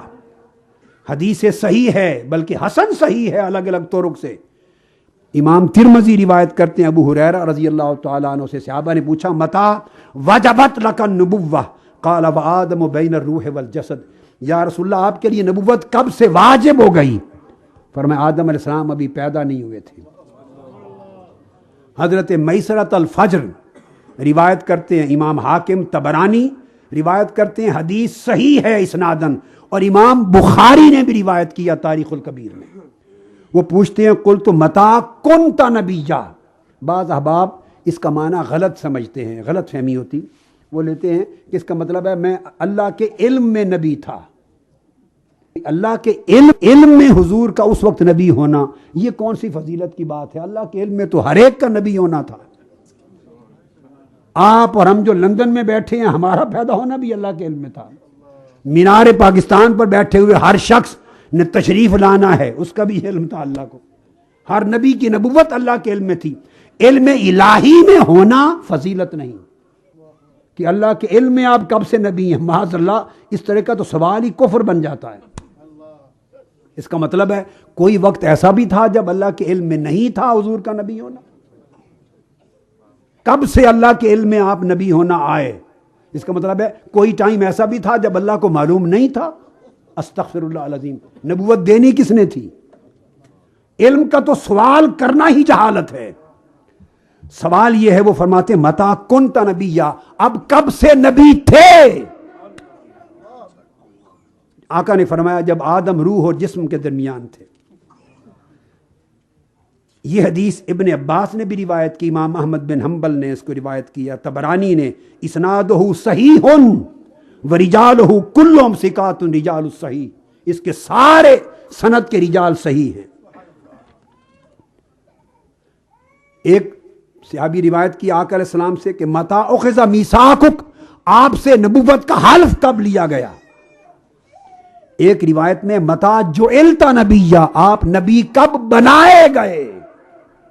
آپ کو نبوت کب عطا کی گئی، کب نبی بنائے گئے؟ امام احمد بن حنبل نے یہ الفاظ روایت کیے اور رجال الصحیح ہیں۔ حضرت عمر فاروق رضی اللہ تعالیٰ عنہ بھی روایت کرتے ہیں یہی مضمون، سیدنا فاروق اعظم، اس میں فاروق اعظم رضی اللہ تعالیٰ عنہ فرماتے متا جعلت نبیّا، یا رسول اللہ آپ کب نبی بنائے گئے تھے؟ کس کو یہ سوال کرنے کی ضرورت کیوں پیش آئی؟ سب کو معلوم نہیں تھا کہ جب عمر مبارک 40 برس تھی تو غار حرا میں وحی اتری اور بعثت ہوئی؟ کیا اس کا علم نہیں تھا؟ جب سب کو علم تھا پھر ہر صحابی یہ سوال کیوں کر رہا ہے؟ معلوم نہیں کہ 40 سال کی عمر میں غار حرا میں بعثت ہوئی؟ اگر بعثت کو نبوت کا عطا ہونا سمجھتے کہ اب سے نبی ہوئے تو پوچھتے کیوں؟ انہیں معلوم تھا کہ یہ تو اعلان ہوا نبوت کا، یہ تو نبوت کو ظاہر کرنے کا امر ہوا، یہ تو قرآن کی وحی کا نزول شروع ہوا، اور یہ نبوت عطا نہیں ہوئی۔ ہر صحابی جانتا تھا کہ نبی پہلے سے ہے، نبوت پہلے سے ہے، اس لیے پوچھتے تھے آقا کب سے نبی تھے؟ یہ تو ظاہر ہوا، ظاہر اب کیا گیا غار حرا کی وحی سے، مگر نبی تھے کب سے؟ تو فاروق اعظم پوچھتے ہیں متا جعلت نبیّا، آقا اصل بات بتائیں کہ آپ نبی بنائے کب گئے تھے؟ تو آقا علیہ السلام نے فرمایا اس وقت بھی نبی تھا جب آدم علیہ السلام ابھی پانی اور مٹی میں تھے۔ تو الغرض کثیر احادیث ہیں جنہیں بیسیوں سینکڑوں کتب حدیث میں الگ اسانید کے ساتھ ائمہ نے روایت کیا ہے۔ مقصود بیان کرنے کا یہ تھا اتنا حصہ کہ آقا علیہ الصلوۃ والسلام کے لیے دو اہتمام الوہی طور پر اللہ رب العزت نے کیے۔ ایک آپ کی ولادت جو مقرر وقت پر ہونی تھی حضرت آمنہ کی گود میں، مگر اس ولادت کے لیے نسب کی حفاظت کا اہتمام صدیوں نہیں لاکھوں سالوں سے، آدم علیہ السلام سے بھی پہلے اللہ پاک نے اہتمام کر رکھا تھا۔ اور دوسرا اہتمام وہ نبوت جو شہر مکہ میں غار حرا میں ظاہر ہونی تھی 40 برس کی عمر میں، اس نبوت کا عطا کیا جانا اور اس کے فیض کو جاری کرنا اور انبیاء سے اس نبوت پر ایمان لانے کا حلف لینا، یہ تخلیق انسانیت سے بھی پہلے تھا۔ تخلیق اب جس طرح میں نے عرض کر دیا کہ چونکہ اللہ رب العزت نے حضور کے میلاد کو اتنی اہمیت دی کہ حضور کی ولادت کی خاطر آقا کے پورے نسب کو سنبھالا اور حضور کے نور کے پورے سفر کو سنبھالا، یہ حضور علیہ السلام کی نسبت ہے۔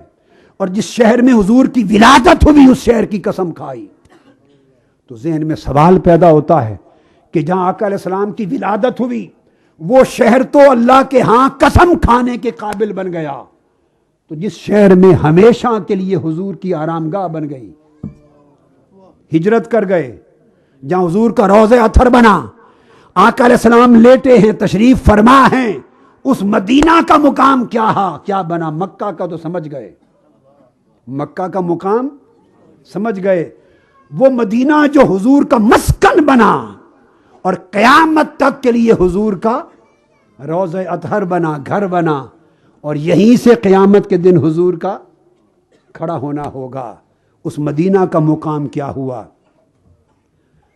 3 نکتے عرض کروں گا اس حوالے سے، باقی چیزوں کو چھوڑ رہا ہوں، بڑی توجہ طلب ہیں، شاید آپ لوگوں کے ایمان میں خوب تازگی آئے اور تصورات بدل جائیں۔ اب آپ دیکھ لیجئے کہ مکہ کے ساتھ محبت کتنی ہوگی حضور کی ولادت کا شہر ہونے کے باعث کہ اللہ نے قسم کھائی۔ پھر حضور کی جائے ولادت ہے، اللہ اس کی قسم کھاتا ہے، تو آقا علیہ السلام کی محبت کتنی ہوگی شہر مکہ سے، اس کو ذہن میں رکھیں۔ اب آئیے صحیح بخاری اور مسلم کی متفق علیہ حدیث، اور صحیح بخاری کا حدیث نمبر 1888 اور صحیح بخاری کا پھر 3926، 1320، 5654، 5677، اتنی اور 6372، کتنی مرتبہ یہ حدیث امام بخاری لائے ہیں صحیح بخاری میں جو اب دے رہا ہوں، اور امام مسلم کی حدیث نمبر 1376۔ باقی درجنوں کتب حدیث میں ہیں، مگر متفق علیہ جب ہو گئی بخاری مسلم کی تو بات ختم ہو گئی، متفق علیہ۔ حضرت عائشہ رضی اللہ تعالیٰ عنہ راوی ہیں، آپ فرماتی ہیں کہ قال رسول اللہ صلی اللہ علیہ وآلہ وسلم اللہم حبب الینا المدینۃ کحبنا مکہ او اشد، اے اللہ ہمارے دل میں مدینہ کی محبت پیدا کر دے۔ اے اہل اسلام اور اہل ایمان، آقا علیہ السلام جس شہر کی محبت طلب کریں اور جس کی محبت کی دعا کریں اور جس کی محبت کا ایک درجہ مقرر کریں، وہ ہمارے لیے دین ہوا یا نہ ہوا؟ بولیے، ہمارا ایمان ہوا یا نہ ہوا؟ متفق علیہ حدیث، باری تعالیٰ ہمارے دل میں مدینہ کی محبت پیدا کر۔ کتنی؟ کحبنا مکہ، 2 درجے فرمایا۔ کتنی؟ پہلے درجے میں فرمایا اتنی محبت دے جتنی مکہ کی محبت۔ آقا علیہ السلام جانتے تھے ہر ایک کے ظرف کو کہ کوئی کہاں تک جا سکتا ہے میرے عشق میں۔ اب لوگ کہتے ہیں نا کہ آپ عشق میں محبت میں غلوب کرتے ہیں، اب وہ اعتدال کیا ہے غلوب کیا ہے وہ مسئلہ بھی سمجھ لیں۔ محبت رسول میں اعتدال کیا ہے اور غلوب کیا ہے؟ اعتدال والوں کے لیے فرما دیا کحبنا مکہ تھا، جو زیادہ آگے نہیں بڑھ سکتے تو کم سے کم مدینہ کی محبت مکہ کی محبت کے برابر کر، کم سے کم۔ اور جو یہیں رہنا چاہتے ہیں رہ جائیں محبت میں، اور جو آگے بڑھنا چاہتے ہیں اور میرے دل کو ٹھنڈک پہنچانا چاہتے ہیں، فرمایا او اشد، خدا کی قسم مکہ سے بھی مدینہ کی محبت کو بڑھا دے۔ مدینہ کی محبت مکہ کی محبت سے زیادہ شدید کر دے، اتنی محبت مدینہ کی دے کہ مکہ کی محبت سے یہ محبت بڑھ جائے۔ تو آقا علیہ السلام نے، آپ سمجھ گئے، قاعدہ یہ مقرر کر دیا کہ مدینہ سے محبت کرنے کے 2 درجے ہیں۔ عام مسلمانوں کا درجہ کحبنا مکہ، وہ مدینہ سے اتنی محبت کریں اگر مسلمان رہنا چاہتے ہیں جتنی مکہ سے کرتے ہیں۔ اگر ان کی محبت مدینہ محبت مکہ سے کم ہو گئی تو وہ حضور علیہ السلام کے نافرمان ہو گئے، ایمان سے خارج ہو گئے۔ یہ کم درجہ ہے۔ اور فرمایا اگر کوئی ایمان میں اعلیٰ اور کامل درجہ پانا چاہتا ہے تو دوسرا درجہ اتنی محبت دے او اشدہ کہ مکہ کی محبت سے بھی مدینہ کی محبت بڑھ جائے۔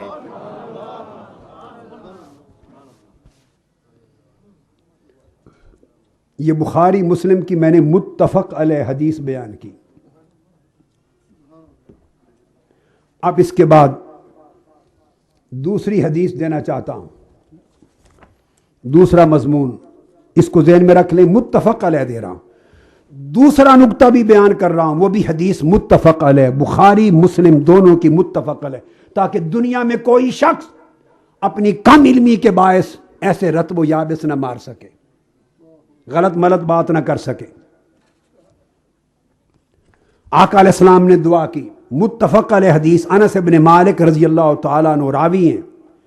امام بخاری نے صحیح بخاری میں یہ حدیث 1885 نمبر پہ روایت کی، اور امام مسلم نے صحیح مسلم میں 1369 نمبر پہ روایت کی، متفق علیہ۔ انس بن مالک فرماتے ہیں کہ باری تعالیٰ دعا کی، اللہم اجعل بالمدینۃ ضعفی ما بمکہ من البرکہ۔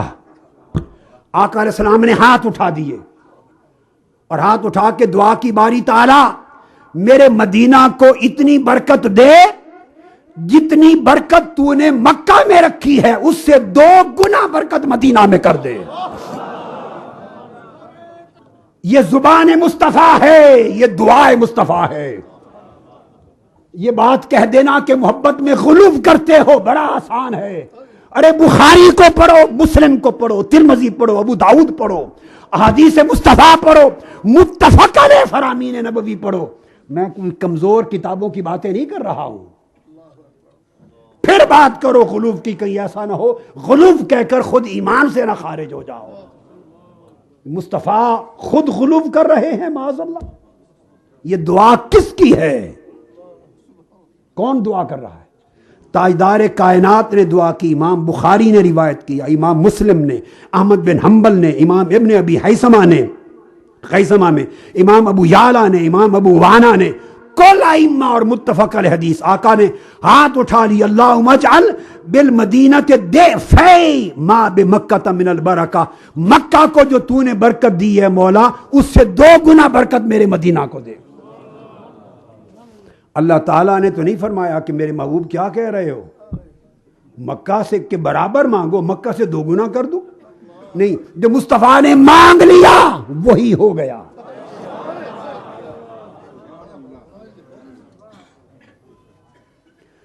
دوسری حدیث وہ بھی ابو ہریرہ رضی اللہ تعالیٰ عنہ راوی ہیں،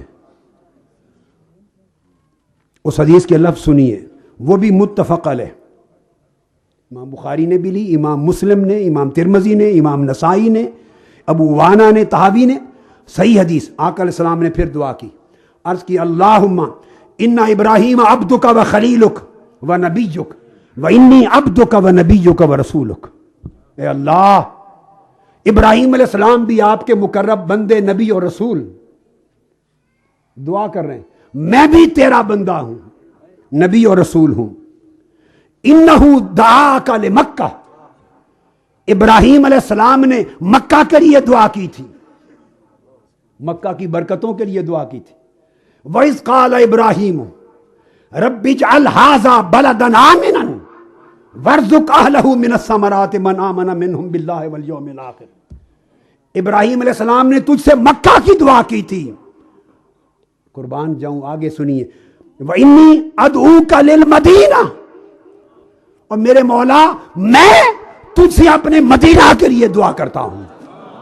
باری تعالیٰ پوچھتے ہیں محبوب دعا قبول ہوئی، اب کتنی برکت کی دعا کرتے ہیں؟ قربان جائیں، یہ حق حبیب کا ہوتا ہے، محبوب کے سوا ایسی لاڈ کی بات خدا سے کوئی اور نہیں کر سکتا۔ برکت دیتا ہوں، محبوب کتنی مانگتے ہو؟ آقا نے عرض کیا بمثل ما دعاک بہی لمکہ، عرض کیا باری تعالیٰ نمبر 1 پہلے تو اتنی برکت دے جتنی دعائے ابراہیمی کے نتیجے میں مکہ میں رکھی، وَمِثْلِهِ مَعَهُ، اور پھر میری خاطر اتنی برکت اور 2 گنا کر دے مدینہ میں۔ فرمایا پہلے اتنی برکت دے جو دعائے ابراہیمی کے نتیجے میں مکہ کو دی، اور دوسری دعا یہ کہ اس سے 2 گنا کر دے، میری خاطر اتنی اور بھی دے دے مدینہ کو۔ مدینہ سے محبت کا درجہ دیکھیے۔ اب آگے چلیے، آگے حدیث آتی ہے، یہاں تک تو تھی 2 گنا، اگلی حدیث جو ابو ہریرہ رضی اللہ تعالیٰ عنہ روایت کرتے ہیں، میرے آقا یہاں تک نہیں رکے، دل چاہا اور ملے، فرمایا 3 گنا کر دے، مکہ سے مدینہ کی برکت 3 گنا۔ ابو ہریرہ کہتے ہیں کہ آقا علیہ السلام نے فرمایا اللہم بارک لنا فی سائنا و مدنا و قلیلنا و کثیرنا واجعل مع البرکات برکتین، باری تعالیٰ جو برکت مکہ کو دی ہے پہلے تو اتنی ہی برکت مدینہ کو دے دے۔ تو مدینہ برکت میں سب سے پہلے مکہ کے برابر ہو گیا، 1 برکت آ گئی، اور فرمایا وَاجْعَلْ مَعَ الْبَرَكَةِ بَرْكَتَيْن، اور یہ برکت جو مدینے کو مکہ کے برابر کر دیتی ہے اب اس پر 2 گنا برکتیں اور عطا کر، اس پر 2 برکتیں اور عطا کر، تو مدینہ کی برکت مکہ کی برکت پر 3 گنا بڑھ گئی۔ کتنے گنا بڑھ گئی؟ 3 گنا بڑھ گئی۔ پھر ایک اور مقام پر آقا نے فرمایا ضعفی ما بارکت لأہل مکہ تھا، جو برکت اہل مکہ کے لیے ہے اس سے 2 گنا کر دے۔ کہیں فرمایا مثلی، مکہ کی برکت سے 2 گنا زیادہ مدینے کی برکت کر دے۔ آقا علیہ الصلوۃ والسلام نے کثرت کے ساتھ ایسی احادیث میں مدینہ کی برکت کی زیادتی اور کئی گنا ہونے کو بیان کیا۔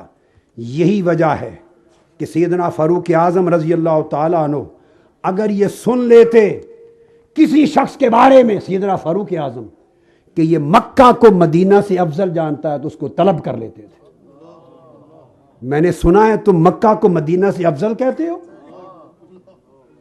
یہ مسلک عمر فاروق ہے، اگر یہ غلو ہے تو خدا کے لیے فتویٰ ہم پہ نہیں، فاروق اعظم پہ جا لگاؤ، سمجھ آ جائے گی ایمان کیا ہے اور کیا نہیں۔ یہ موطا امام مالک، کون سی کتاب حدیث کی؟ موطا امام مالک، جلد 2، اور حدیث صحیح ہے۔ ائمہ نے لکھا ہے یہ حدیث صحیح ہے، حسن بھی نہیں۔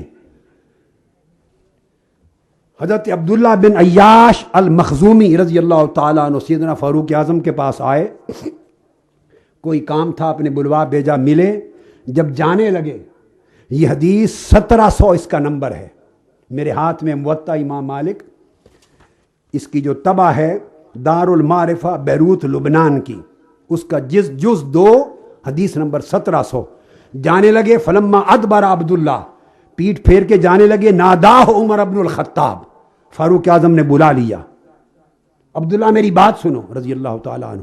پلٹ آئے، فقال انت القائل لمکہ خیر من المدینہ، سیدنا فاروق اعظم نے فرمایا، آؤ عبداللہ میں نے سنا ہے، کیا تمہارا یہ عقیدہ ہے اور تم یہ کہتے ہو کہ مکہ مدینہ سے افضل ہے؟ طلب کر لیا، فرمایا کیا تمہارا یہ قول ہے کہ مکہ مدینہ سے افضل ہے؟ وہ چپ کر گھبرا گئے۔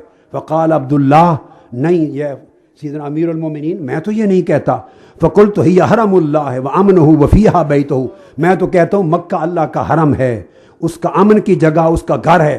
فرمایا لا اقول فی بیت اللہ ولا فی حرم شیئا، میں اللہ کے گھر کی بات نہیں کر رہا اور اس کے حرم ہونے کی بات نہیں کر رہا، کھری کھری بات کرو، کیا تمہارا یہ کہنا ہے کہ لمکہ تو خیر من المدینہ؟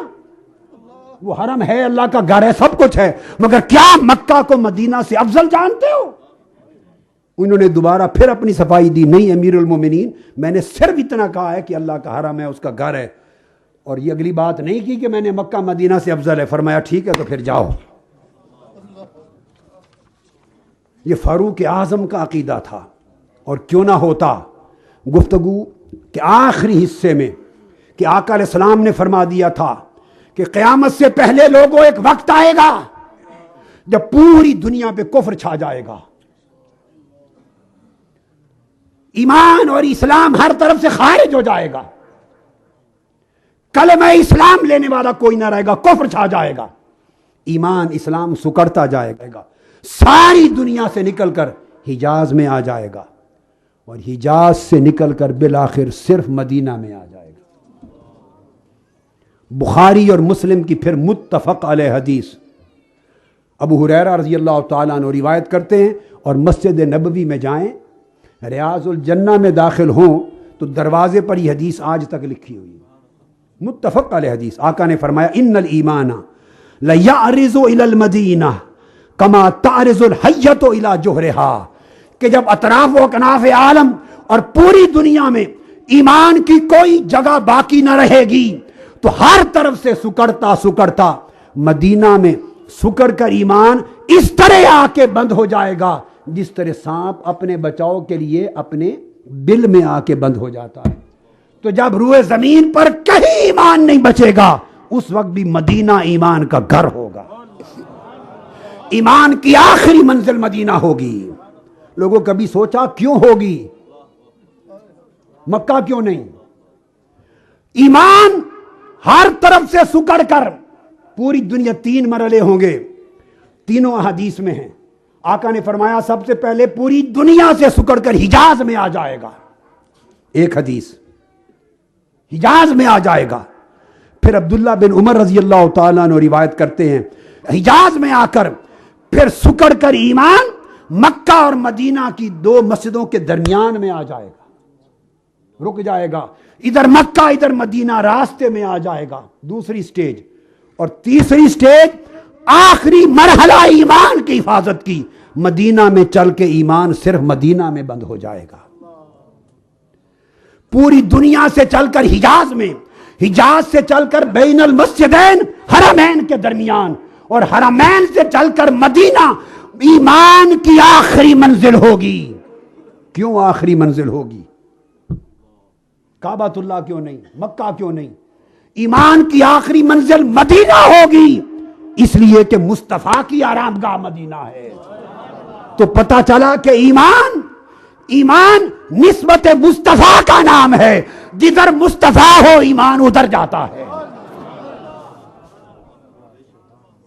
جدھر مصطفیٰ ہو ایمان کا مستقر وہاں ہے، ایمان کا ملجا و ماوا یہاں ہے، ایمان کی حفاظت اور مسکنت وہاں ہے۔ آقا علیہ السلام نے فرمایا، عبداللہ بن عمر روایت کرتے ہیں کہ ان الایمان بدا غریبا وسیعود غریبا، جیسے ابتدا میں اجنبی کے طور پر اسلام شروع ہوا تھا، اینڈ ایسا ہی ہوگا، پھر مسجد حرام مکہ اور مسجد نبوی کے درمیان رک جائے گا۔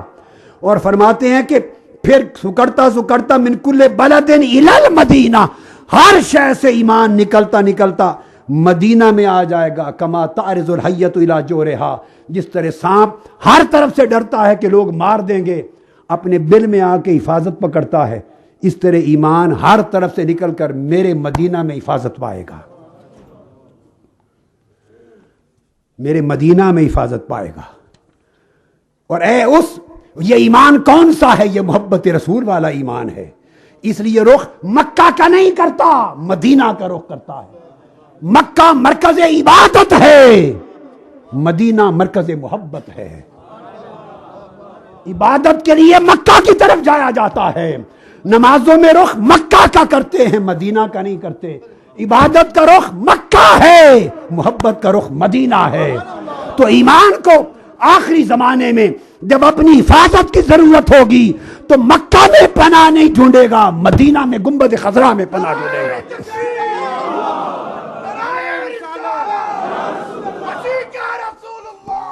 اور یہ محبت کا ایمان رکھنے والے، ان کو اس دور میں غربا کہا جائے گا، جب پورے زمانے میں فساد ہوگا، پورے زمانے میں فساد ہوگا، اور جو محبت کا درس دے کر لوگوں میں اصلاح کرنے والے ہوں گے، آقا نے فرمایا ان کو غربا کہوں گا۔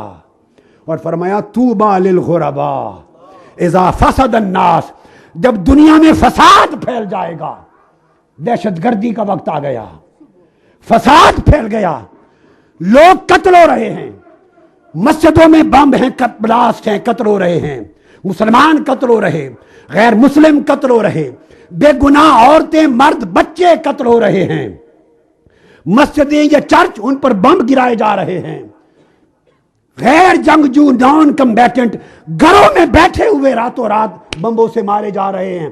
فسد الناس، جب دنیا اور عالم انسانیت میں فساد ہو جائے گا، فرمایا طوبی للغربا، فساد کے زمانے میں محبت کا درس دینے والوں کو مبارکباد ہو۔ یہ حدیث ہے، سعد بن ابی وقاص کی روایت پڑھ رہا ہوں، حضرت سعد بن ابی وقاص کی روایت پڑھ رہا ہوں۔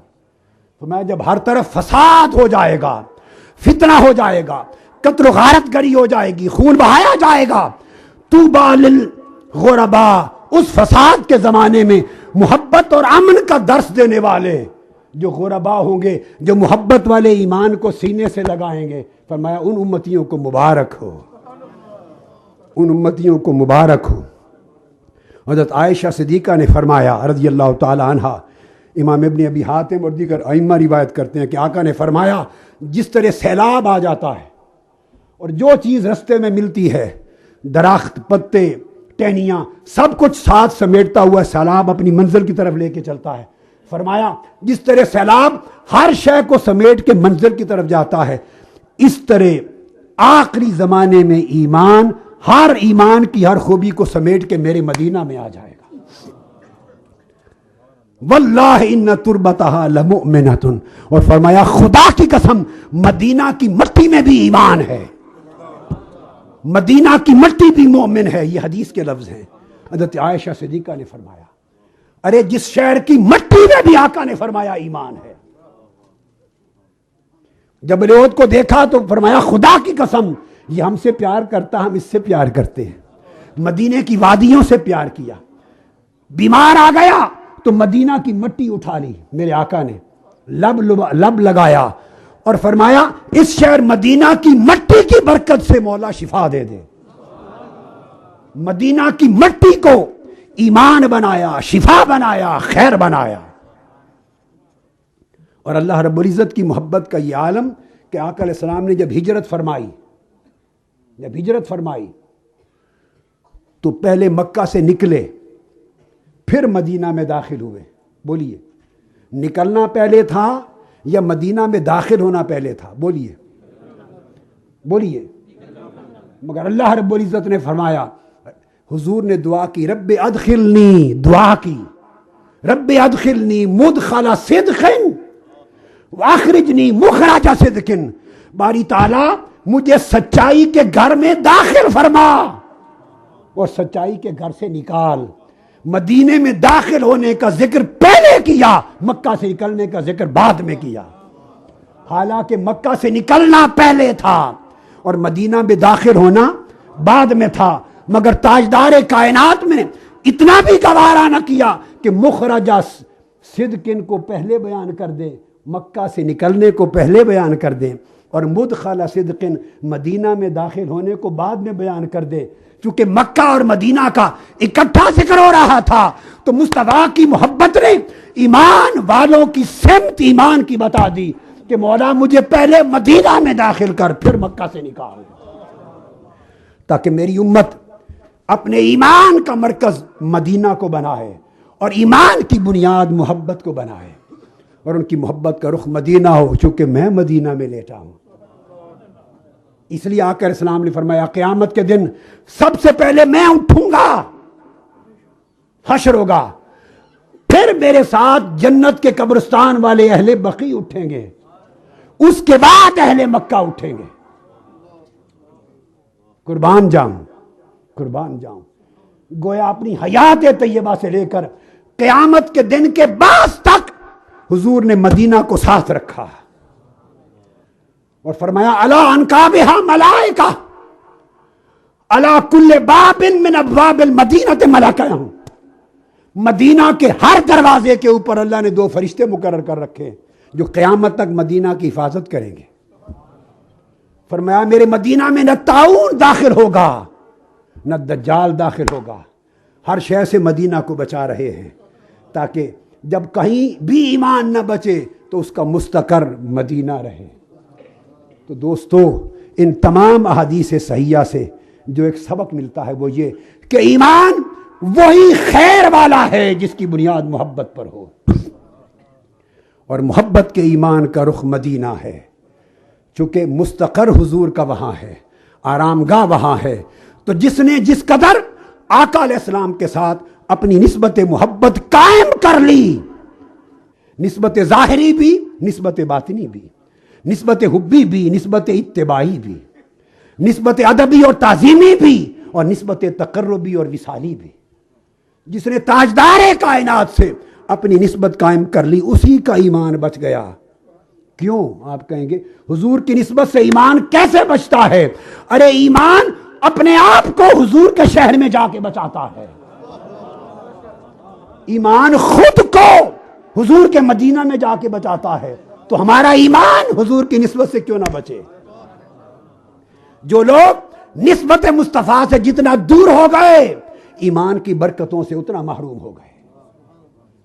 اس لیے جب محبت کا ایمان نصیب ہوتا ہے تو پھر انسانیت سے محبت ہوتی ہے, پھر نفرت نہیں ہوتی, پھر دہشت گردی نہیں ہوتی, قتل و غارت گری نہیں ہوتی, ایکسٹریمزم نہیں ہوتی, ریڈیکلزم نہیں ہوتی, ٹیررزم نہیں ہوتی.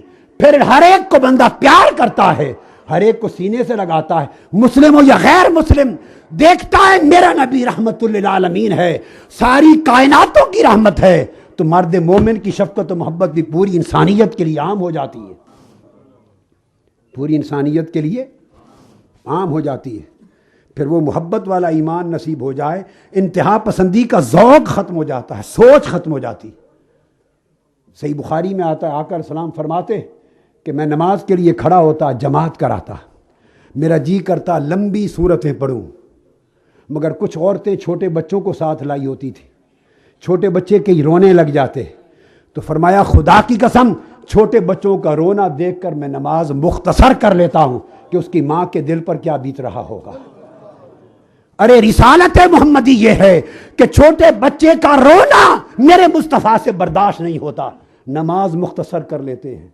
اور کتنا بڑا ظلم ہے آج قتل و غارت گری کے ماحول میں آپ ہزاروں لاکھوں بچوں کو رلائیں اور یتیم کر دیں, اور ان کے تڑپتے لاشوں پر بھی رحم نہ آئے. میرے بھائیوں, میرے دوستوں, خدا کے لیے کسی نے غلط سبق سکھایا ہے آپ کو جہاد کا. یہ جہاد نہیں ہے, فساد ہے. میں اللہ کی عزت کی قسم کھا کے آپ کو بتاتا ہوں، اسلحہ چھوڑ دے، سب سے بڑا اسلحہ محبت ہے، پیار ہے، رحمت ہے، شفقت ہے، مودت ہے، رافت ہے۔ محبت کرنا سیکھیں، کیونکہ حضور پوری عالمین کی رحمت ہیں اور ہر ایک سے محبت کرنے والے ہیں۔ جانوروں سے محبت کرتے تھے، جانوروں کا رونا حضور کو گوارا نہ تھا، چہ جائے عالم انسانیت کا۔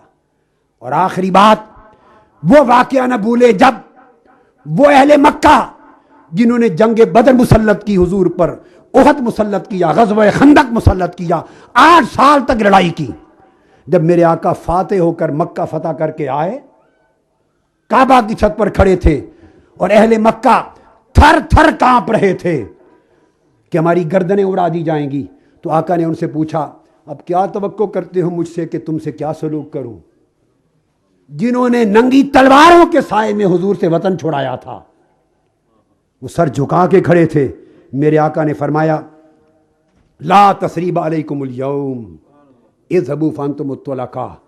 اے 8 سال تک مجھے اذیتیں دینے والے، مجھے تڑپانے والے، آج کوئی بدلہ اور انتقام نہیں اور تم پر کوئی گرفت نہیں، جاؤ تمہیں آزاد کیا جاتا ہے۔ یہ جن کو آزاد کیا،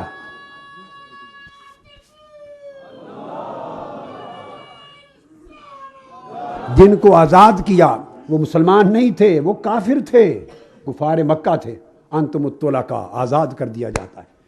اے مسلمانان پاکستان، حضور کا میلاد مناؤ اور میلاد مصطفیٰ میں حضور کے پیغام رحمت کو عام کرو، اپنی زندگیوں میں محبت والا ایمان داخل کرو۔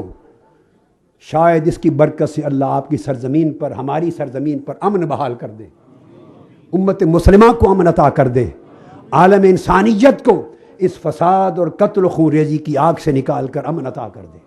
یہ سب آقا علیہ السلام کی رحمت و محبت کے صدقے ہوگا۔ یہ پیغام میلاد ہے۔